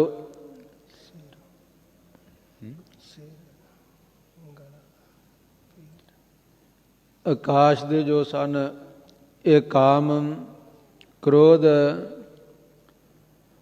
ਮੋਹ, ਸ਼ੋਕ ਤੇ ਭੈ। ਇਸ ਪ੍ਰਕਾਰ ਇਹਦੇ ਵਿੱਚੋਂ ਇਹਦੇ ਬਣ ਗਏ। ਇਹਨੇ ਪ੍ਰਕਿਰਤੀ ਇਹਦੀ ਰਚਨਾ ਜਿਹੜੀ ਹੋਈ, ਆਕਾਸ਼ ਦਾ ਸਿਰ ਜਿਹੜਾ ਹੈ ਇਹ ਮੁੱਖ ਹਿੱਸਾ ਹੋ ਗਿਆ, ਔਰ ਜਿੰਨੇ ਵੀ ਇਹ ਖਾਲੀ ਜਗ੍ਹਾ ਹਨ ਇਹ ਸਮਝੋ ਇਹ ਸਾਰਿਆਂ ਵਿੱਚ ਆਕਾਸ਼ ਹੈ। ਸੋ ਬਾਕੀਆਂ ਨਾਲ ਮਿਲ ਮਿਲ ਕਰਕੇ ਇਸੇ ਤਰ੍ਹਾਂ ਧਰਤੀ ਦਾ ਮੁੱਖ ਹਿੱਸਾ ਹੱਡ, ਔਰ ਬਾਕੀ ਸੋ ਮਾਸ, ਚਮੜੀ, ਨਾੜੀਆਂ ਔਰ ਰੋਮ ਜਿਹੜੇ ਆ ਇਹ ਧਰਤੀ ਦਾ ਹਿੱਸਾ ਬਣ ਗਏ। ਇਹ ਆਕਾਸ਼ ਨਾਲ ਮਿਲ ਕੇ ਰੋਮ ਬਣ ਗਏ, ਪਾਣੀ ਨਾਲ ਮਿਲ ਕੇ ਇਹ ਮਾਸ ਬਣ ਗਿਆ, ਅਗਨੀ ਨਾਲ ਮਿਲ ਕੇ ਨਾੜੀਆਂ, ਔਰ ਇਸ ਤਰ੍ਹਾਂ ਹਵਾ ਨਾਲ ਮਿਲ ਕਰਕੇ ਇਹ ਜੋ ਹੈ ਚਮੜੀ ਬਣ ਗਈ, ਤਵਚਾ। ਇਸੇ ਤਰ੍ਹਾਂ ਬਾਕੀ ਸਾਰੇ ਤੱਤਾਂ ਦੇ ਜੋ ਇੱਕ ਇੱਕ ਮੁੱਖ ਹਿੱਸਾ ਤੇ ਬਾਕੀ ਗੌਣ, ਇਹ ਬਣ ਗਏ ਪੰਜੀ ਪ੍ਰਕਿਰਤੀਆਂ। ਪੰਜੀ ਪ੍ਰਕਿਰਤੀਆਂ ਤੋਂ ਤਿੰਨ ਗੁਣਾਂ ਦੇ ਨਾਲ ਮਿਲਾ ਕਰਕੇ ਪੰਜੀ ਪ੍ਰਕਿਰਤੀਆਂ ਨੂੰ ਸੋ ਪਰਮੇਸ਼ਰ ਜੀ ਨੇ ਇਹ ਰਚਨਾ ਰਚੀ ਹੈ, ਸਰੀਰ ਬਣਾ ਦਿੱਤੇ ਹੈ। ਕੋਈ 5 ਤੱਤਾਂ ਦੇ ਸਰੀਰ ਰਚੇ ਆ, ਇਹਦੇ ਵਿੱਚ ਵੀ ਕੋਈ 3 ਤੱਤਾਂ ਦੇ, ਕੋਈ 2 ਤੱਤਾਂ ਦੇ, ਔਰ ਇਸੇ ਤਰ੍ਹਾਂ ਇਹਨਾਂ ਵਿੱਚ ਕਈ 10 ਇੰਦਰੀਆਂ ਵਾਲੇ ਆ, ਕਈਆਂ ਦੀਆਂ 5 ਇੰਦਰੀਆਂ, ਕਈਆਂ ਦੀਆਂ 2 ਹੀ ਇੰਦਰੀਆਂ ਹਨ। ਬਹੁਤ ਤਰ੍ਹਾਂ ਦੀ ਇਹ ਜਿਹੜੀ ਹੈ ਨਾ ਪ੍ਰਕਿਰਤੀ ਤੋਂ, ਇਹ ਪੰਜੀ ਪ੍ਰਕਿਰਤੀਆਂ ਤੋਂ ਇਹ ਰਚਨਾ ਰਚੀ ਪਰਮੇਸ਼ਰ ਨੇ। 84 ਲੱਖ ਜੂਨਾਂ ਪੈਦਾ ਕੀਤੀਆਂ, ਜਿਹਦੇ ਵਿੱਚ 42 ਲੱਖ ਜੂਨ ਪਾਣੀ ਦੇ ਵਿੱਚ ਹੈ ਤੇ 42 ਲੱਖ ਜੂਨ 42 ਲੱਖ ਜੂਨ ਇਹ ਧਰਤੀ ਉੱਪਰ ਤੇ ਆਕਾਸ਼ ਵਿੱਚ, ਧਰਤੀ ਦੇ ਵਿੱਚ ਤੇ ਧਰਤੀ ਦੇ ਉੱਪਰ ਹਵਾ ਵਿੱਚ।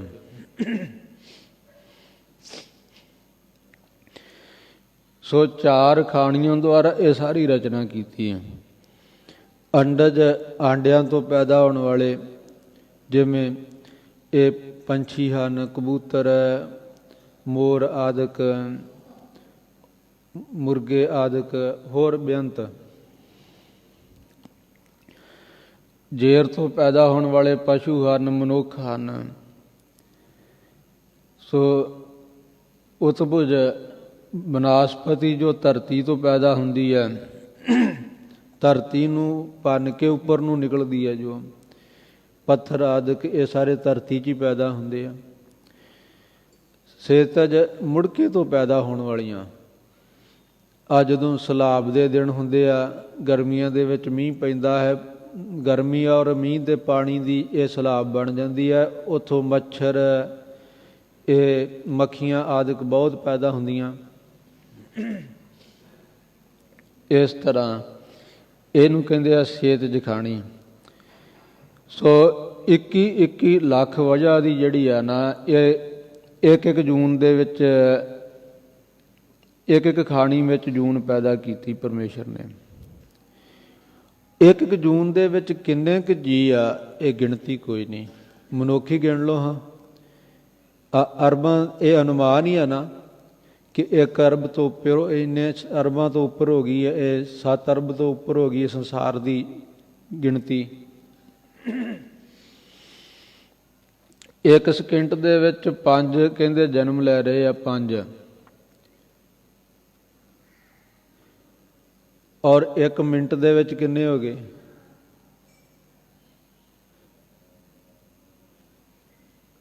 ਸੋ 301 ਮਿੰਟ ਦੇ ਵਿੱਚ ਗੁਰੂ ਕੇ ਪਿਆਰੇ ਜਨਮ ਲੈ ਰਹੇ ਆ। ਸੋ ਇਸ ਪ੍ਰਕਾਰ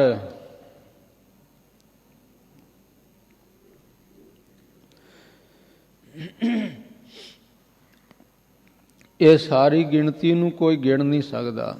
ਕਿੰਨੀ ਕਾ ਪਰਮੇਸ਼ਰ ਦੀ ਰਚਨਾ। ਇੱਕ ਖਾਣੀ ਵਿੱਚ, ਇੱਕ ਜੂਨ ਵਿੱਚ ਕਿੰਨੀ ਰਚਨਾ ਹੈ, ਕਿੰਨੇ ਜੀਵ ਹੈ, ਇਹ ਗਿਣਤੀ ਨਹੀਂ ਹੋ ਸਕਦੀ।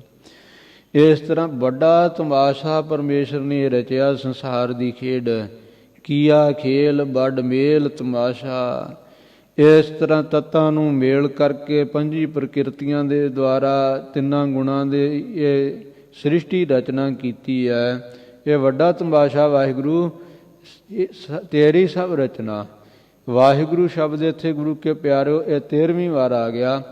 12 ਵਾਰ ਪਿੱਛੇ ਵਾਵੇ ਨੂੰ ਕੰਨਾ, ਹਾਹੇ ਨੂੰ ਸਿਆਰੀ ਤੇ ਗੱਗੇ ਔਂਕੜ, ਰਾਰੇ ਨੂੰ ਦੁਲੈਂਕੜ ਇਹ ਆਇਆ ਹੈ। 13ਵੀਂ ਵਾਰ ਇੱਥੇ ਆ ਗਿਆ। ਇਹ ਗੁਰਮੰਤਰ ਹੈ। ਪਰਮੇਸ਼ਰ ਧੰਨ ਗੁਰੂ ਨਾਨਕ ਦੇਵ ਮਹਾਰਾਜ ਜੀ ਨੇ ਜੋ ਗੁਰਸਿੱਖਾਂ ਨੂੰ ਬਖਸ਼ਿਸ਼ ਕੀਤਾ ਔਰ ਇਹੀ ਸਤਿਗੁਰੂ ਗਰੀਬ ਨਵਾਜ ਧੰਨ ਗੁਰੂ ਗੋਬਿੰਦ ਸਿੰਘ ਮਹਾਰਾਜ ਜੀ ਨੇ ਜਿਸ ਵੇਲੇ ਫਤਿਹ ਬਖਸ਼ਿਸ਼ ਕੀਤੀ ਹੈ ਕਿ ਅੱਗੇ ਜੋ ਵੀ ਸਿੱਖ ਆਉਂਦਾ ਹੈ, ਸਿੰਘ ਆਉਂਦਾ ਹੈ, ਉਹਨੂੰ ਮਿਲਣ ਸਮੇਂ ਆਗੇ ਆਵਤ ਸਿੰਘ ਜੋ ਪਾਵੈ, ਵਾਹਿਗੁਰੂ ਜੀ ਫਤਿਹ ਬੁਲਾਵੈ।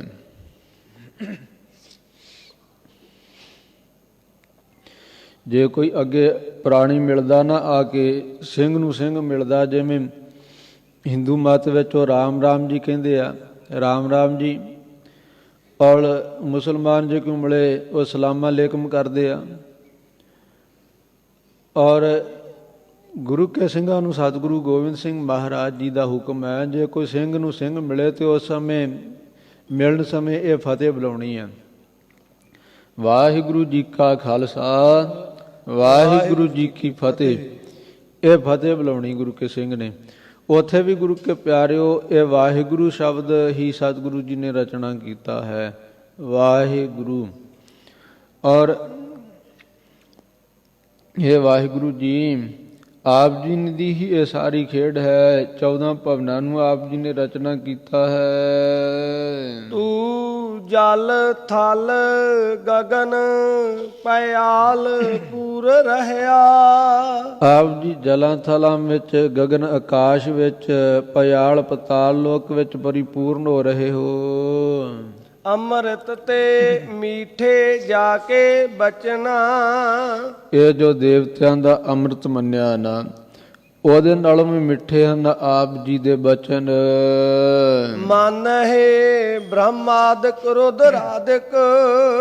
ਬ੍ਰਹਮਾਦਿਕ ਰੁਦਰਾਦਿਕ, ਬਰਮਾ ਆਦਿਕ, ਬਰਮਾ ਤੋਂ ਆਦਿਕ ਜਿਹੜੇ ਇਹਦੇ ਸਨਕ ਸਨੰਦਨ ਹੈ, ਸਨਾਤਨ ਸੰਤ ਕੁਮਾਰ ਪੁੱਤਰ ਹਨ, ਨਾਰਦ ਮੁਨੀ ਆਦਿਕ, ਇਹ ਸਾਰੇ ਅਥਵਾ ਬ੍ਰਹਮੇ ਦੇ ਜੋ 7 ਅਵਤਾਰ ਹਨ ਜੋ ਧਾਰਨ ਕੀਤੇ ਬ੍ਰਹਮਾ ਜੀ ਨੇ, ਸਾਰੇ ਹੀ ਆਪ ਜੀ ਨੂੰ ਮੰਨਦੇ ਆ।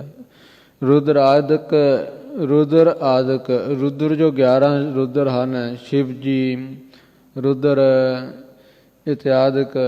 ਔਰ ਇਹਦੇ ਜੋ ਸ਼ਿਵ ਜੀ ਦੇ ਗਣ ਹਨ, ਗਣੇਸ਼, ਸ਼ਾਮ ਕਾਰਤਕ, ਟੌਨਾ ਗੌਨਾ ਆਦਿਕ, ਨੰਦੀ ਭ੍ਰਿੰਗੀ, ਇਹ ਸਾਰੇ ਆਪ ਜੀ ਨੂੰ ਮੰਨਦੇ ਹਨ। ਕਾਲ ਕਾ ਕਾਲ ਨਿਰੰਜਨ ਜਚਨਾ। ਆਪ ਜੀ ਕਾਲ ਦਾ ਵੀ ਕਾਲ ਕਰਨ ਵਾਲੇ ਹੋ ਤੇ ਨਿਰੰਜਨ ਸ਼ੁੱਧ ਸਰੂਪ ਹੋ। ਜਚਨਾ ਸਾਰੇ ਆਪ ਜੀ ਦੇ ਮੰਗਤੇ ਹਨ, ਸਾਰੇ ਆਪ ਜੀ ਦੇ ਜਾਚੇ ਹੋਏ ਆ। ਸਾਰਿਆਂ ਨੂੰ ਆਪ ਜੀ ਪਰਖਣ ਵਾਲੇ ਹੋ, ਸਾਰਿਆਂ ਨੂੰ ਆਪ ਜੀ ਜਚਨਾ ਢੰਗ ਸ੍ਰੇਸ਼ਟ ਸਿਖਾਉਣ ਵਾਲੇ ਹੋ। ਗੁਰ ਪ੍ਰਸਾਦ ਪਾਈਐ ਪਰਮਾਰਥ। ਸਤ ਸੰਗਤ ਸੇਤੀ ਮਨ ਖਚਨਾ। ਗੁਰੂ ਮਹਾਰਾਜ ਜੀ ਦੀ ਕਿਰਪਾ ਦੇ ਨਾਲ ਪਰਮਾਰਥ ਸੋ ਸਿਧਾਂਤ ਸਰੂਪ ਪਰਮੇਸ਼ਰ ਨੂੰ ਪ੍ਰਾਪਤ ਕਰੀਦਾ। ਸਤ ਸੰਗਤ ਸੇਤੀ ਮਨ ਖਚਨਾ। ਸਤ ਸੰਗਤ ਵਿੱਚ ਜਦੋਂ ਮਨ ਇੱਕ ਲੱਗ ਜਾਏ ਨਾ, ਜੁੜ ਜਾਏ ਸੰਗਤ ਦੇ ਵਿੱਚ ਮਨ, ਤਦੋਂ ਕੀਆ ਖੇਲ ਵੱਡ ਮੇਲ ਤਮਾਸਾ। ਵਾਹ ਗੁਰੂ ਤੇਰੀ ਸਭ ਰਚਨਾ। ਇਹ ਵਾਹਿਗੁਰੂ ਜੀ ਆਪ ਜੀ ਦੀ ਇਹ ਸਾਰੀ ਰਚਨਾ। ਇੱਥੇ ਵਾਹਿਗੁਰੂ ਸ਼ਬਦ ਸਤਿਗੁਰੂ ਜੀ ਨੇ ਲਿਖਿਆ, ਹਾਹੀ ਨੂੰ ਸਹਾਰੀ ਨਹੀਂ ਲਿਖੀ। ਇਹ ਵੀ ਉਹੀ ਰੂਪ ਹੈ, ਇਹਦੇ ਵਿੱਚ ਭਰਮ ਨਹੀਂ ਕਰਨਾ। ਪਰ ਜਿੱਥੇ ਗੁਰਮੰਤਰ ਬਖਸ਼ਿਸ਼ ਕੀਤਾ ਸਤਿਗੁਰੂ ਜੀ ਨੇ, ਉਹ ਉੱਥੇ ਹਾਹੀ ਨੂੰ ਸਿਹਾਰੀ ਸਹਿਤ ਉਚਾਰਨ ਕਰਨਾ। ਵਾਹਿਗੁਰੂ ਵਾਵੇ ਕਰਨਾ, ਹਾਹੇ ਸਿਹਾਰੀ, ਗੱਗੇ ਔਂਕੜ ਰਾਰੇ ਦਲੰਕੜ। ਕੋ ਵਾਹਿਗੁਰੂ ਵਾਹਿਗੁਰੂ ਕਰੀ ਜਾਂਦੇ ਆ ਅਨਪੜ੍ਹ ਲੋਕ ਵਿਚਾਰੇ। ਨਹੀਂ, ਇਸ ਤਰ੍ਹਾਂ ਨਹੀਂ ਪੜ੍ਹਨਾ, ਵਾਹਿਗੁਰੂ ਹੀ ਉਚਾਰਨਾ ਹੈ। ਕੋ ਵਾਖਰੂ ਵਾਖਰੂ ਇੱਦਾਂ ਨਹੀਂ, ਵਾਹਿਗੁਰੂ ਉਚਾਰਨਾ। ਇਹ ਜੋ ਹਾਹੇ ਤੋਂ ਸਿਹਾਰੀ ਤੋਂ ਬਿਨਾਂ ਸਤਿਗੁਰੂ ਜੀ ਨੇ ਇੱਥੇ ਲਿਖਿਆ, ਇਹ ਵੀ ਉਹੀ ਰੂਪ ਹੈ। ਪਰ ਜੋ ਗੁਰਮੰਤਰ ਬਖਸ਼ਿਸ਼ ਕੀਤਾ ਹੈ ਸਤਿਗੁਰੂ ਸੱਚੇ ਪਾਤਸ਼ਾਹ ਜੀ ਨੇ, ਵਾਹਿਗੁਰੂ ਹੀ ਉਚਾਰਨਾ ਹੈ। ਭਾਵੇਂ ਕਿ ਗੁਪਤ ਮੰਤਰ ਸਤਿਗੁਰੂ ਜੀ ਨੇ ਬੇਅੰਤ ਵਾਰ ਵਾਹੋ ਵਾਹੋ ਇਹ ਬਾਣੀ ਵਿੱਚ ਰਚਨਾ ਕੀਤਾ। ਸੋ ਇਸ ਕਰਕੇ ਭੱਟ ਜੀ ਫਰਮਾ ਰਹੇ ਹਨ, ਸੋ ਗੰਗਾ ਭੱਟ ਜੀ ਸਤਿਗੁਰੂ ਜੀ ਨੂੰ ਬੇਨਤੀ ਕਰ ਰਹੇ ਹਨ, ਗਿਆਨਦਨਾਮੇ ਭੱਟ ਜੀ, ਸੱਚੇ ਪਾਤਸ਼ਾਹ ਇਹ ਸਾਰਾ ਖੇਲ ਜਿਹੜਾ ਆਪ ਜੀ ਦੀ ਹੀ ਰਚਨਾ ਹੈ, ਜੋ ਪੰਜਾਂ ਤੱਤਾਂ ਨੂੰ ਮੇਲ ਕੇ ਪੰਜੀ ਪ੍ਰਕਿਰਤੀਆਂ ਬਣਾ ਕੇ, ਵੇਖੋ ਵਿਰੋਧੀ ਤੱਤ ਆ ਨਾ ਆਪਸ ਵਿੱਚ, ਦੋ ਵਿਰੋਧੀਆਂ ਨੂੰ ਇਕੱਠੇ ਬਿਠਾਉਣਾ ਕਿੰਨਾ ਮੁਸ਼ਕਿਲ ਹੁੰਦਾ। ਪਰ ਇਹ ਪੰਜੇ ਆ, ਵਿਰੋਧੀ ਆ। ਜੇ ਜਿੱਥੇ ਪਾਣੀ ਆ ਉੱਥੇ ਹਵਾ ਨਹੀਂ ਰਹੇਗੀ, ਜਿੱਥੇ ਪਾਣੀ ਆ ਉੱਥੇ ਅੱਗ ਨਹੀਂ ਹੋਵੇਗੀ। ਅੱਗ ਤੇ ਪਾਣੀ ਪਾ ਦਿਓ, ਅੱਗ ਬੁਝ ਜਾਏਗੀ। ਜੇ ਪਾਣੀ ਥੋੜਾ, ਅੱਗ ਜ਼ਿਆਦਾ, ਅੱਗ ਪਾਣੀ ਨੂੰ ਸਾੜ ਦੇਗੀ। ਧਰਤੀ 'ਚ ਪਾਣੀ ਪਾ ਦਿਓ, ਧਰਤੀ ਸੋਖ ਲਏਗੀ। ਜੇ ਧਰਤੀ ਥੋੜੀ ਹੈ, ਢੀਮ ਇੱਕ ਪਾਣੀ ਵਿੱਚ ਡਲੀ ਸੁੱਟੀ ਹੈ, ਉਹ ਪਾਣੀ ਉਹ ਡਲੀ ਨੂੰ ਖੋਰ ਦੇਗਾ। ਇੱਕ ਦੂਜੇ ਦੇ ਸਾਰੇ ਵਿਰੋਧੀ ਆ, ਪਰ ਸਾਰਿਆਂ ਨੂੰ ਇਕੱਠੇ ਕਰਕੇ ਮੇਲ ਕਰਕੇ ਪਰਮੇਸ਼ਰ ਨੇ ਵੇਖੋ ਕਿੱਡੀ ਵੱਡੀ ਇਹ ਜਗਤ ਦੀ ਰਚਨਾ ਰਚੀ ਹੈ। ਇਹ ਕਿੱਡਾ ਵੱਡਾ ਤਮਾਸ਼ਾ ਬਣਾਇਆ। ਹੇ ਵਾਹਿਗੁਰੂ ਜੀ, ਇਹ ਸਾਰੀ ਆਪ ਜੀ ਦੀ ਰਚਨਾ ਹੈ। ਅਗੰਮ ਅਨੰਤ ਅਨਾਦ ਆਦ ਜਿਸ ਕੋਏ ਨਾ ਜਾਣੈ। ਆਗਮ ਜੋ ਪਰਮੇਸ਼ਰ ਮਨ ਦੇ ਸੰਕਲਪਾਂ ਵਿਕਲਪਾਂ ਤੋਂ ਰਹਿਤ ਹੈ, ਜਿੱਥੇ ਪਹੁੰਚ ਨਹੀਂ ਮੰਨਦੀ। ਅਨੰਤ ਉਹ ਬੇਅੰਤ ਰੂਪ ਹੈ। ਆਦ ਅਨਾਦੀ ਰੂਪ ਹੈ, ਜਿਹਦਾ ਆਦ ਨਹੀਂ ਕੋਈ। ਸੋ ਆਦ ਜਿਸ ਕੋਏ ਨਾ ਜਾਣੇ, ਜਿਹਦਾ ਆਦ ਜਾਣ ਨਹੀਂ ਸਕਦਾ ਕੋਈ, ਕਿ ਕਦੋਂ ਪੈਦਾ ਹੋਇਆ, ਕਿਸ ਨੇ, ਉਸ ਸਮੇਂ ਇਹ ਸ੍ਰਿਸ਼ਟੀ, ਉਸ ਸਮੇਂ ਦਿਨ ਕਿਹੜਾ ਸੀ, ਵਾਰ ਕਿਹੜਾ ਸੀ, ਸੰਮਤ ਕਿਹੜੀ ਚੱਲ ਰਹੀ ਸੀ ਜਦੋਂ ਪਰਮੇਸ਼ਰ ਜੀ ਨੇ ਜਨਮ ਲਿਆ। ਕਿਉਂਕਿ ਉਹ ਤਾਂ ਜਨਮ ਤੋਂ ਰਹਿਤ ਹੈ, ਉਹਦਾ ਜਨਮ ਹੈ। ਔਰ ਕਿਹੜੀ ਦੱਸੇ ਬਾਣੀ ਚਿੱਤ ਸੀ।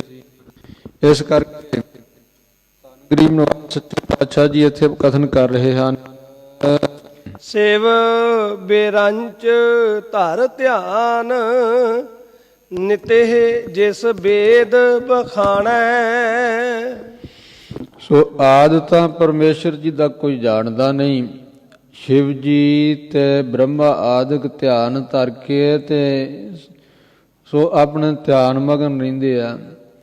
ਔਰ ਵੇਦਾਂ ਦੇ ਵਿੱਚ ਬ੍ਰਹਮਾ ਜੀ ਨੇ ਸਦਾ ਹੀ ਨੇਤ ਕਰਕੇ ਕਹਿਣਾ ਕੀਤਾ ਕਿ ਨਾ ਇਤੀ ਕਾਰਨਾ, ਨਾ ਇਤੀ ਸੂਸ਼ਮਾ, ਨਾ ਇਤੀ, ਸਾਰੇ ਪਾਸੇ ਹੀ ਉਹਦਾ ਅੰਤ ਨਹੀਂ ਆਉਂਦਾ। ਨਿਰੰਕਾਰ ਨਿਰਵੈਰ ਅਵਰ ਨਹੀਂ ਦੂਸਰ ਕੋਈ। ਅਥਵਾ ਸ਼ਿਵ ਜੀ ਤੇ ਬ੍ਰਹਮਾ ਜੀ ਦਾ ਧਿਆਨ ਧਾਰ ਕੇ ਰੱਖਦੇ ਆ। ਤੇ ਵੇਦ ਵੀ ਜਿਹੜੇ ਆ ਨਾ, ਜਿਸ ਨੂੰ ਨੇਤ ਕਰਕੇ ਕਥਨ ਕਰਦੇ ਹਨ, ਕਹਿੰਦੇ ਨੇਤ ਕਥੰਤ ਵੇਦਾ ਊਚ ਮੂਚਾ ਪਾਰ ਗੋਬਿੰਦੇ। ਭੰਜਨ ਗੜਨ ਸੋ ਨਿਰੰਕਾਰ ਨਿਰਵੈਰ, ਉਹ ਨਿਰੰਕਾਰ ਮਾਇਕੀ ਆਕਾਰਾਂ ਤੋਂ ਰਹਿਤ ਹੈ। ਨਿਰਵੈਰ, ਜਿਹਦਾ ਕਿਸੇ ਨਾਲ ਵੈਰ ਨਹੀਂ। ਦੂਸਰ ਅਵਰ ਨਹੀਂ ਦੂਸਰ ਕੋਈ, ਦੂਜਾ ਉਹਦੇ ਵਰਗਾ ਕੋਈ ਹੋਰ ਹੈ ਹੀ ਨਹੀਂ।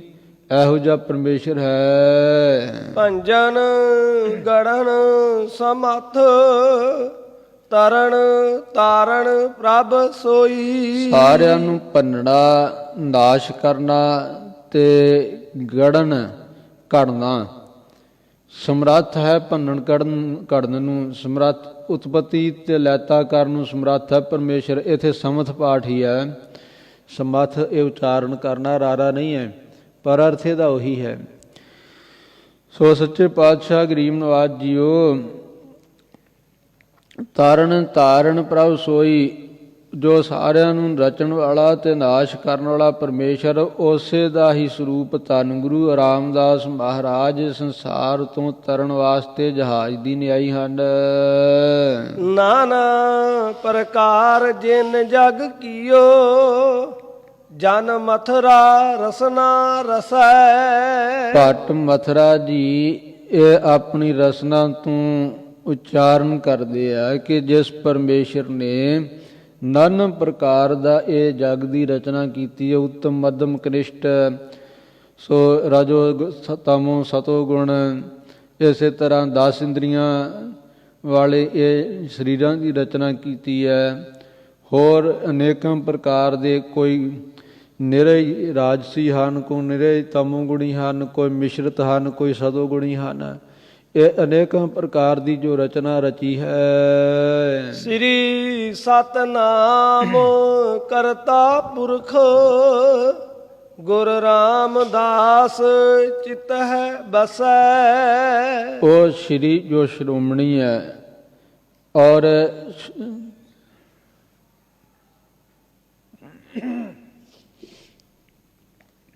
ਸਤਨਾਮ ਜਿਸ ਦਾ ਬੜਾ ਪੂਰਬਲਾ ਹੈ। ਸਤਨਾਮ ਹੁੰਦਿਆ ਸਰੂਪ ਲੱਖਣ ਔਰ ਤਟਸਥੀ ਲੱਖਣ ਹੁੰਦੇ ਆ। ਜਿਵੇਂ ਕਿਸੇ ਮਕਾਨ ਦੇ ਉੱਪਰ ਬੈਠਾ ਹੋਵੇ ਕਾਂ, ਕਿਸੇ ਨੇ ਪੁੱਛਿਆ ਕਿ ਆ ਜਗਦੇਵ ਸਿੰਘ ਦਾ ਘਰ ਕਿਹੜਾ, ਉਹ ਦੱਸਣ ਵਾਲੇ ਨੇ ਦੱਸਿਆ ਕਿ ਉਹ ਕਾਂ ਜਿਸ ਉਹ ਚੁਬਾਰੇ ਤੇ ਕਾਂ ਬੈਠਾ ਨੇ ਜਗਦੇਵ ਸਿੰਘ ਦਾ ਘਰ ਹੈ। ਸੋ ਉਹ ਕਾਂ ਸਦਾ ਨਹੀਂ ਉੱਥੇ ਬੈਠਾ ਰਹਿੰਦਾ, ਕਾਂ ਉੱਥੋਂ ਉੱਡ ਗਿਆ, ਪਰ ਉਹ ਜਣਾ ਗਿਆ ਕਿ ਉਹ ਫਲਾਣੇ ਬੰਦੇ ਦਾ ਘਰ ਹੈ। ਇਸੇ ਤਰ੍ਹਾਂ ਉਹ ਘਰ ਕਾਹਦਾ ਬਣਿਆ, ਇੱਟਾਂ ਸੀਮਟ ਆਦਿਕ ਰੇਤਾ ਆਦਿਕ ਦਾ। ਔਰ ਜੇ ਕੋਈ ਦੱਸੇ ਕਿ ਪੁੱਛਿਆ ਕਿ ਉਹ ਫਲਾਣੇ ਦਾ ਘਰ ਕਿਹੜਾ, ਦੱਸਿਆ ਕਿ ਉਹ ਜੋ ਇੱਟਾਂ ਵਾਲਾ ਨਾ, ਸੀਮਟ ਦੀ ਪੱਕੀ ਜੋ ਪੱਕਾ ਚੁਬਾਰਾ ਬਣਿਆ ਹੈ, ਉਹ ਫਲਾਣੇ ਦਾ ਘਰ ਹੀ ਉਹ। ਇਹ ਹੋ ਗਏ ਸਰੂਪ ਲੱਖਣ ਜੋ ਸਦਾ ਰਹਿਣ ਵਾਲੇ। ਇਸੇ ਤਰ੍ਹਾਂ ਤਟਸਥੀ ਲੱਖਣ ਉਹ ਹਨ, ਜਦੋਂ ਸ੍ਰਿਸ਼ਟੀ ਦੀ ਰਚਨਾ ਕਰਦਾ ਉਦੋਂ ਤਾਂ ਉਹ ਕਰਤਾ ਹੋ ਗਿਆ, ਤੇ ਜਦੋਂ ਰਚਨਾ ਨਹੀਂ ਕਰਦਾ ਉਦੋਂ, ਜਦੋਂ ਕਿਸੇ ਵਿੱਚ ਉਹ ਹੈ ਹੀ ਨਹੀਂ। ਸੋ ਆਪ ਨਿਰਾਲਮ, ਸੋ ਜਦੋਂ ਜਗ ਦੀ ਰਚਨਾ ਨਹੀਂ ਕੀਤੀ, ਆਪ ਹੀ ਬੈਠਾ ਤਾੜੀ ਲਾ ਕਰਕੇ, ਉਸ ਵੇਲੇ ਫਿਰ ਉਹਦੇ ਸਰੂਪ ਲੱਖਣ ਜਿਹੜਾ ਨਾ, ਉਹਨੂੰ ਕਹਿੰਦੇ ਸਤਨਾਮ। ਸਤ ਜਿਹੜੇ ਸਰੂਪ ਲੱਖਣ ਹਨ, ਜਿਵੇਂ ਚੂਨੇ ਦਾ ਬਣਿਆ ਮਕਾਨ, ਉਹ ਚੂਨਾ ਹੀ ਆ, ਉਹ ਚੂਨਾ ਉਹਦੇ ਵਿੱਚ ਉੱਡ ਕੇ ਨਹੀਂ ਕਿਤੇ ਜਾ ਰਿਹਾ। ਇਸ ਤਰ੍ਹਾਂ ਉਹਦਾ ਆਪਣੇ ਲੱਖਣ ਹਨ ਸਰੂਪ ਦੇ। ਸਤਨਾਮ ਸਰੂਪ ਲੱਖਣਾ ਤੇ ਕਰਤਾ ਪੁਰਖ ਇਹ ਤਟਸਥੀ ਲੱਖਣਾ, ਜਿਸ ਵਿੱਚ ਸਰੂਪ ਲੱਖਣਾਂ ਦੁਆਰਾ ਤੇ ਤਟਸਥੀ ਲੱਖਣਾਂ ਦੁਆਰਾ ਜੇ ਦੋਵੇਂ ਜੋ ਸੱਚੇ ਪਾਤਸ਼ਾਹ ਆਪ ਜੀ ਦੇ ਚਿੱਤ ਬਸੇ, ਇਹ ਦੋਵੇਂ ਨਾਮ ਆਪ ਜੀ ਦੇ ਚਿੱਤ ਵਿੱਚ ਵਸਦੇ ਹਨ। ਅਥਵਾ ਆਪ ਜੀ ਦਾ ਹੀ ਸਤਨਾਮ ਪਰਾਪੂਰਬਲਾ ਹੈ। ਔਰ ਇਹ ਜੋ ਤਟਸਥੀ ਲੱਖਣ ਹਨ, ਜਦੋਂ ਆਪ ਜੀ ਰਚਨਾ ਕਰਦੇ ਹੋ ਸੱਚੇ ਪਾਤਸ਼ਾਹ ਧੰਨ ਗੁਰੂ ਰਾਮਦਾਸ ਜੀ, ਆਪ ਜੀ ਕਰਤਾ ਪੁਰਖ ਹੋ ਕਰਕੇ ਰਚਨਹਾਰ ਪਰਮੇਸ਼ਰ ਹੋ ਸਾਰਿਆਂ ਦੇ। ਆਪ ਜੀ ਦਾ ਜਿਹੜਾ ਸਤਨਾਮ ਸ਼੍ਰੋਮਣੀ ਮੰਤਰ ਹੈ, ਗੁਰਸਿੱਖਾਂ ਦੇ ਹਿਰਦੇ ਵਿੱਚ ਵਸਦਾ ਹੈ।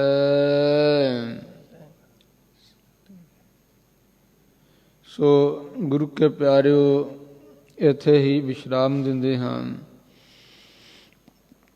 ਪਾਵਨ ਬਾਣੀ ਦੀ ਵਿਚਾਰ ਕਰਦਿਆਂ ਹੋਈਆਂ ਬੇਅੰਤ ਭੁੱਲਾਂ ਦੀ ਖਿਮਾ ਬਖਸ਼ਣੀ, ਅੱਗੇ ਤੋਂ ਸਮੱਤ ਬਖਸ਼ਣੀ। ਆਓ 2 ਪੰਕਤੀਆਂ ਪੜ੍ਹ ਕਰਕੇ ਫਤਿਹ ਬੁਲਾਈਏ। ਨਾਨਾ ਪ੍ਰਕਾਰ ਜਿਨ ਜਗ ਕੀਓ, ਜਨ ਮਥੁਰਾ ਰਸਨਾ ਰਸੈ। ਸ੍ਰੀ ਸਤਨਾਮ ਕਰਤਾ ਪੁਰਖ, ਗੁਰ ਰਾਮਦਾਸ ਚਿਤਿ ਬਸੈ। ਵਾਹਿ ਵਾਹਿਗੁਰੂ ਜੀ ਕਾ ਖਾਲਸਾ ਵਾਹਿਗੁਰੂ ਜੀ ਕੀ ਫਤਿਹ।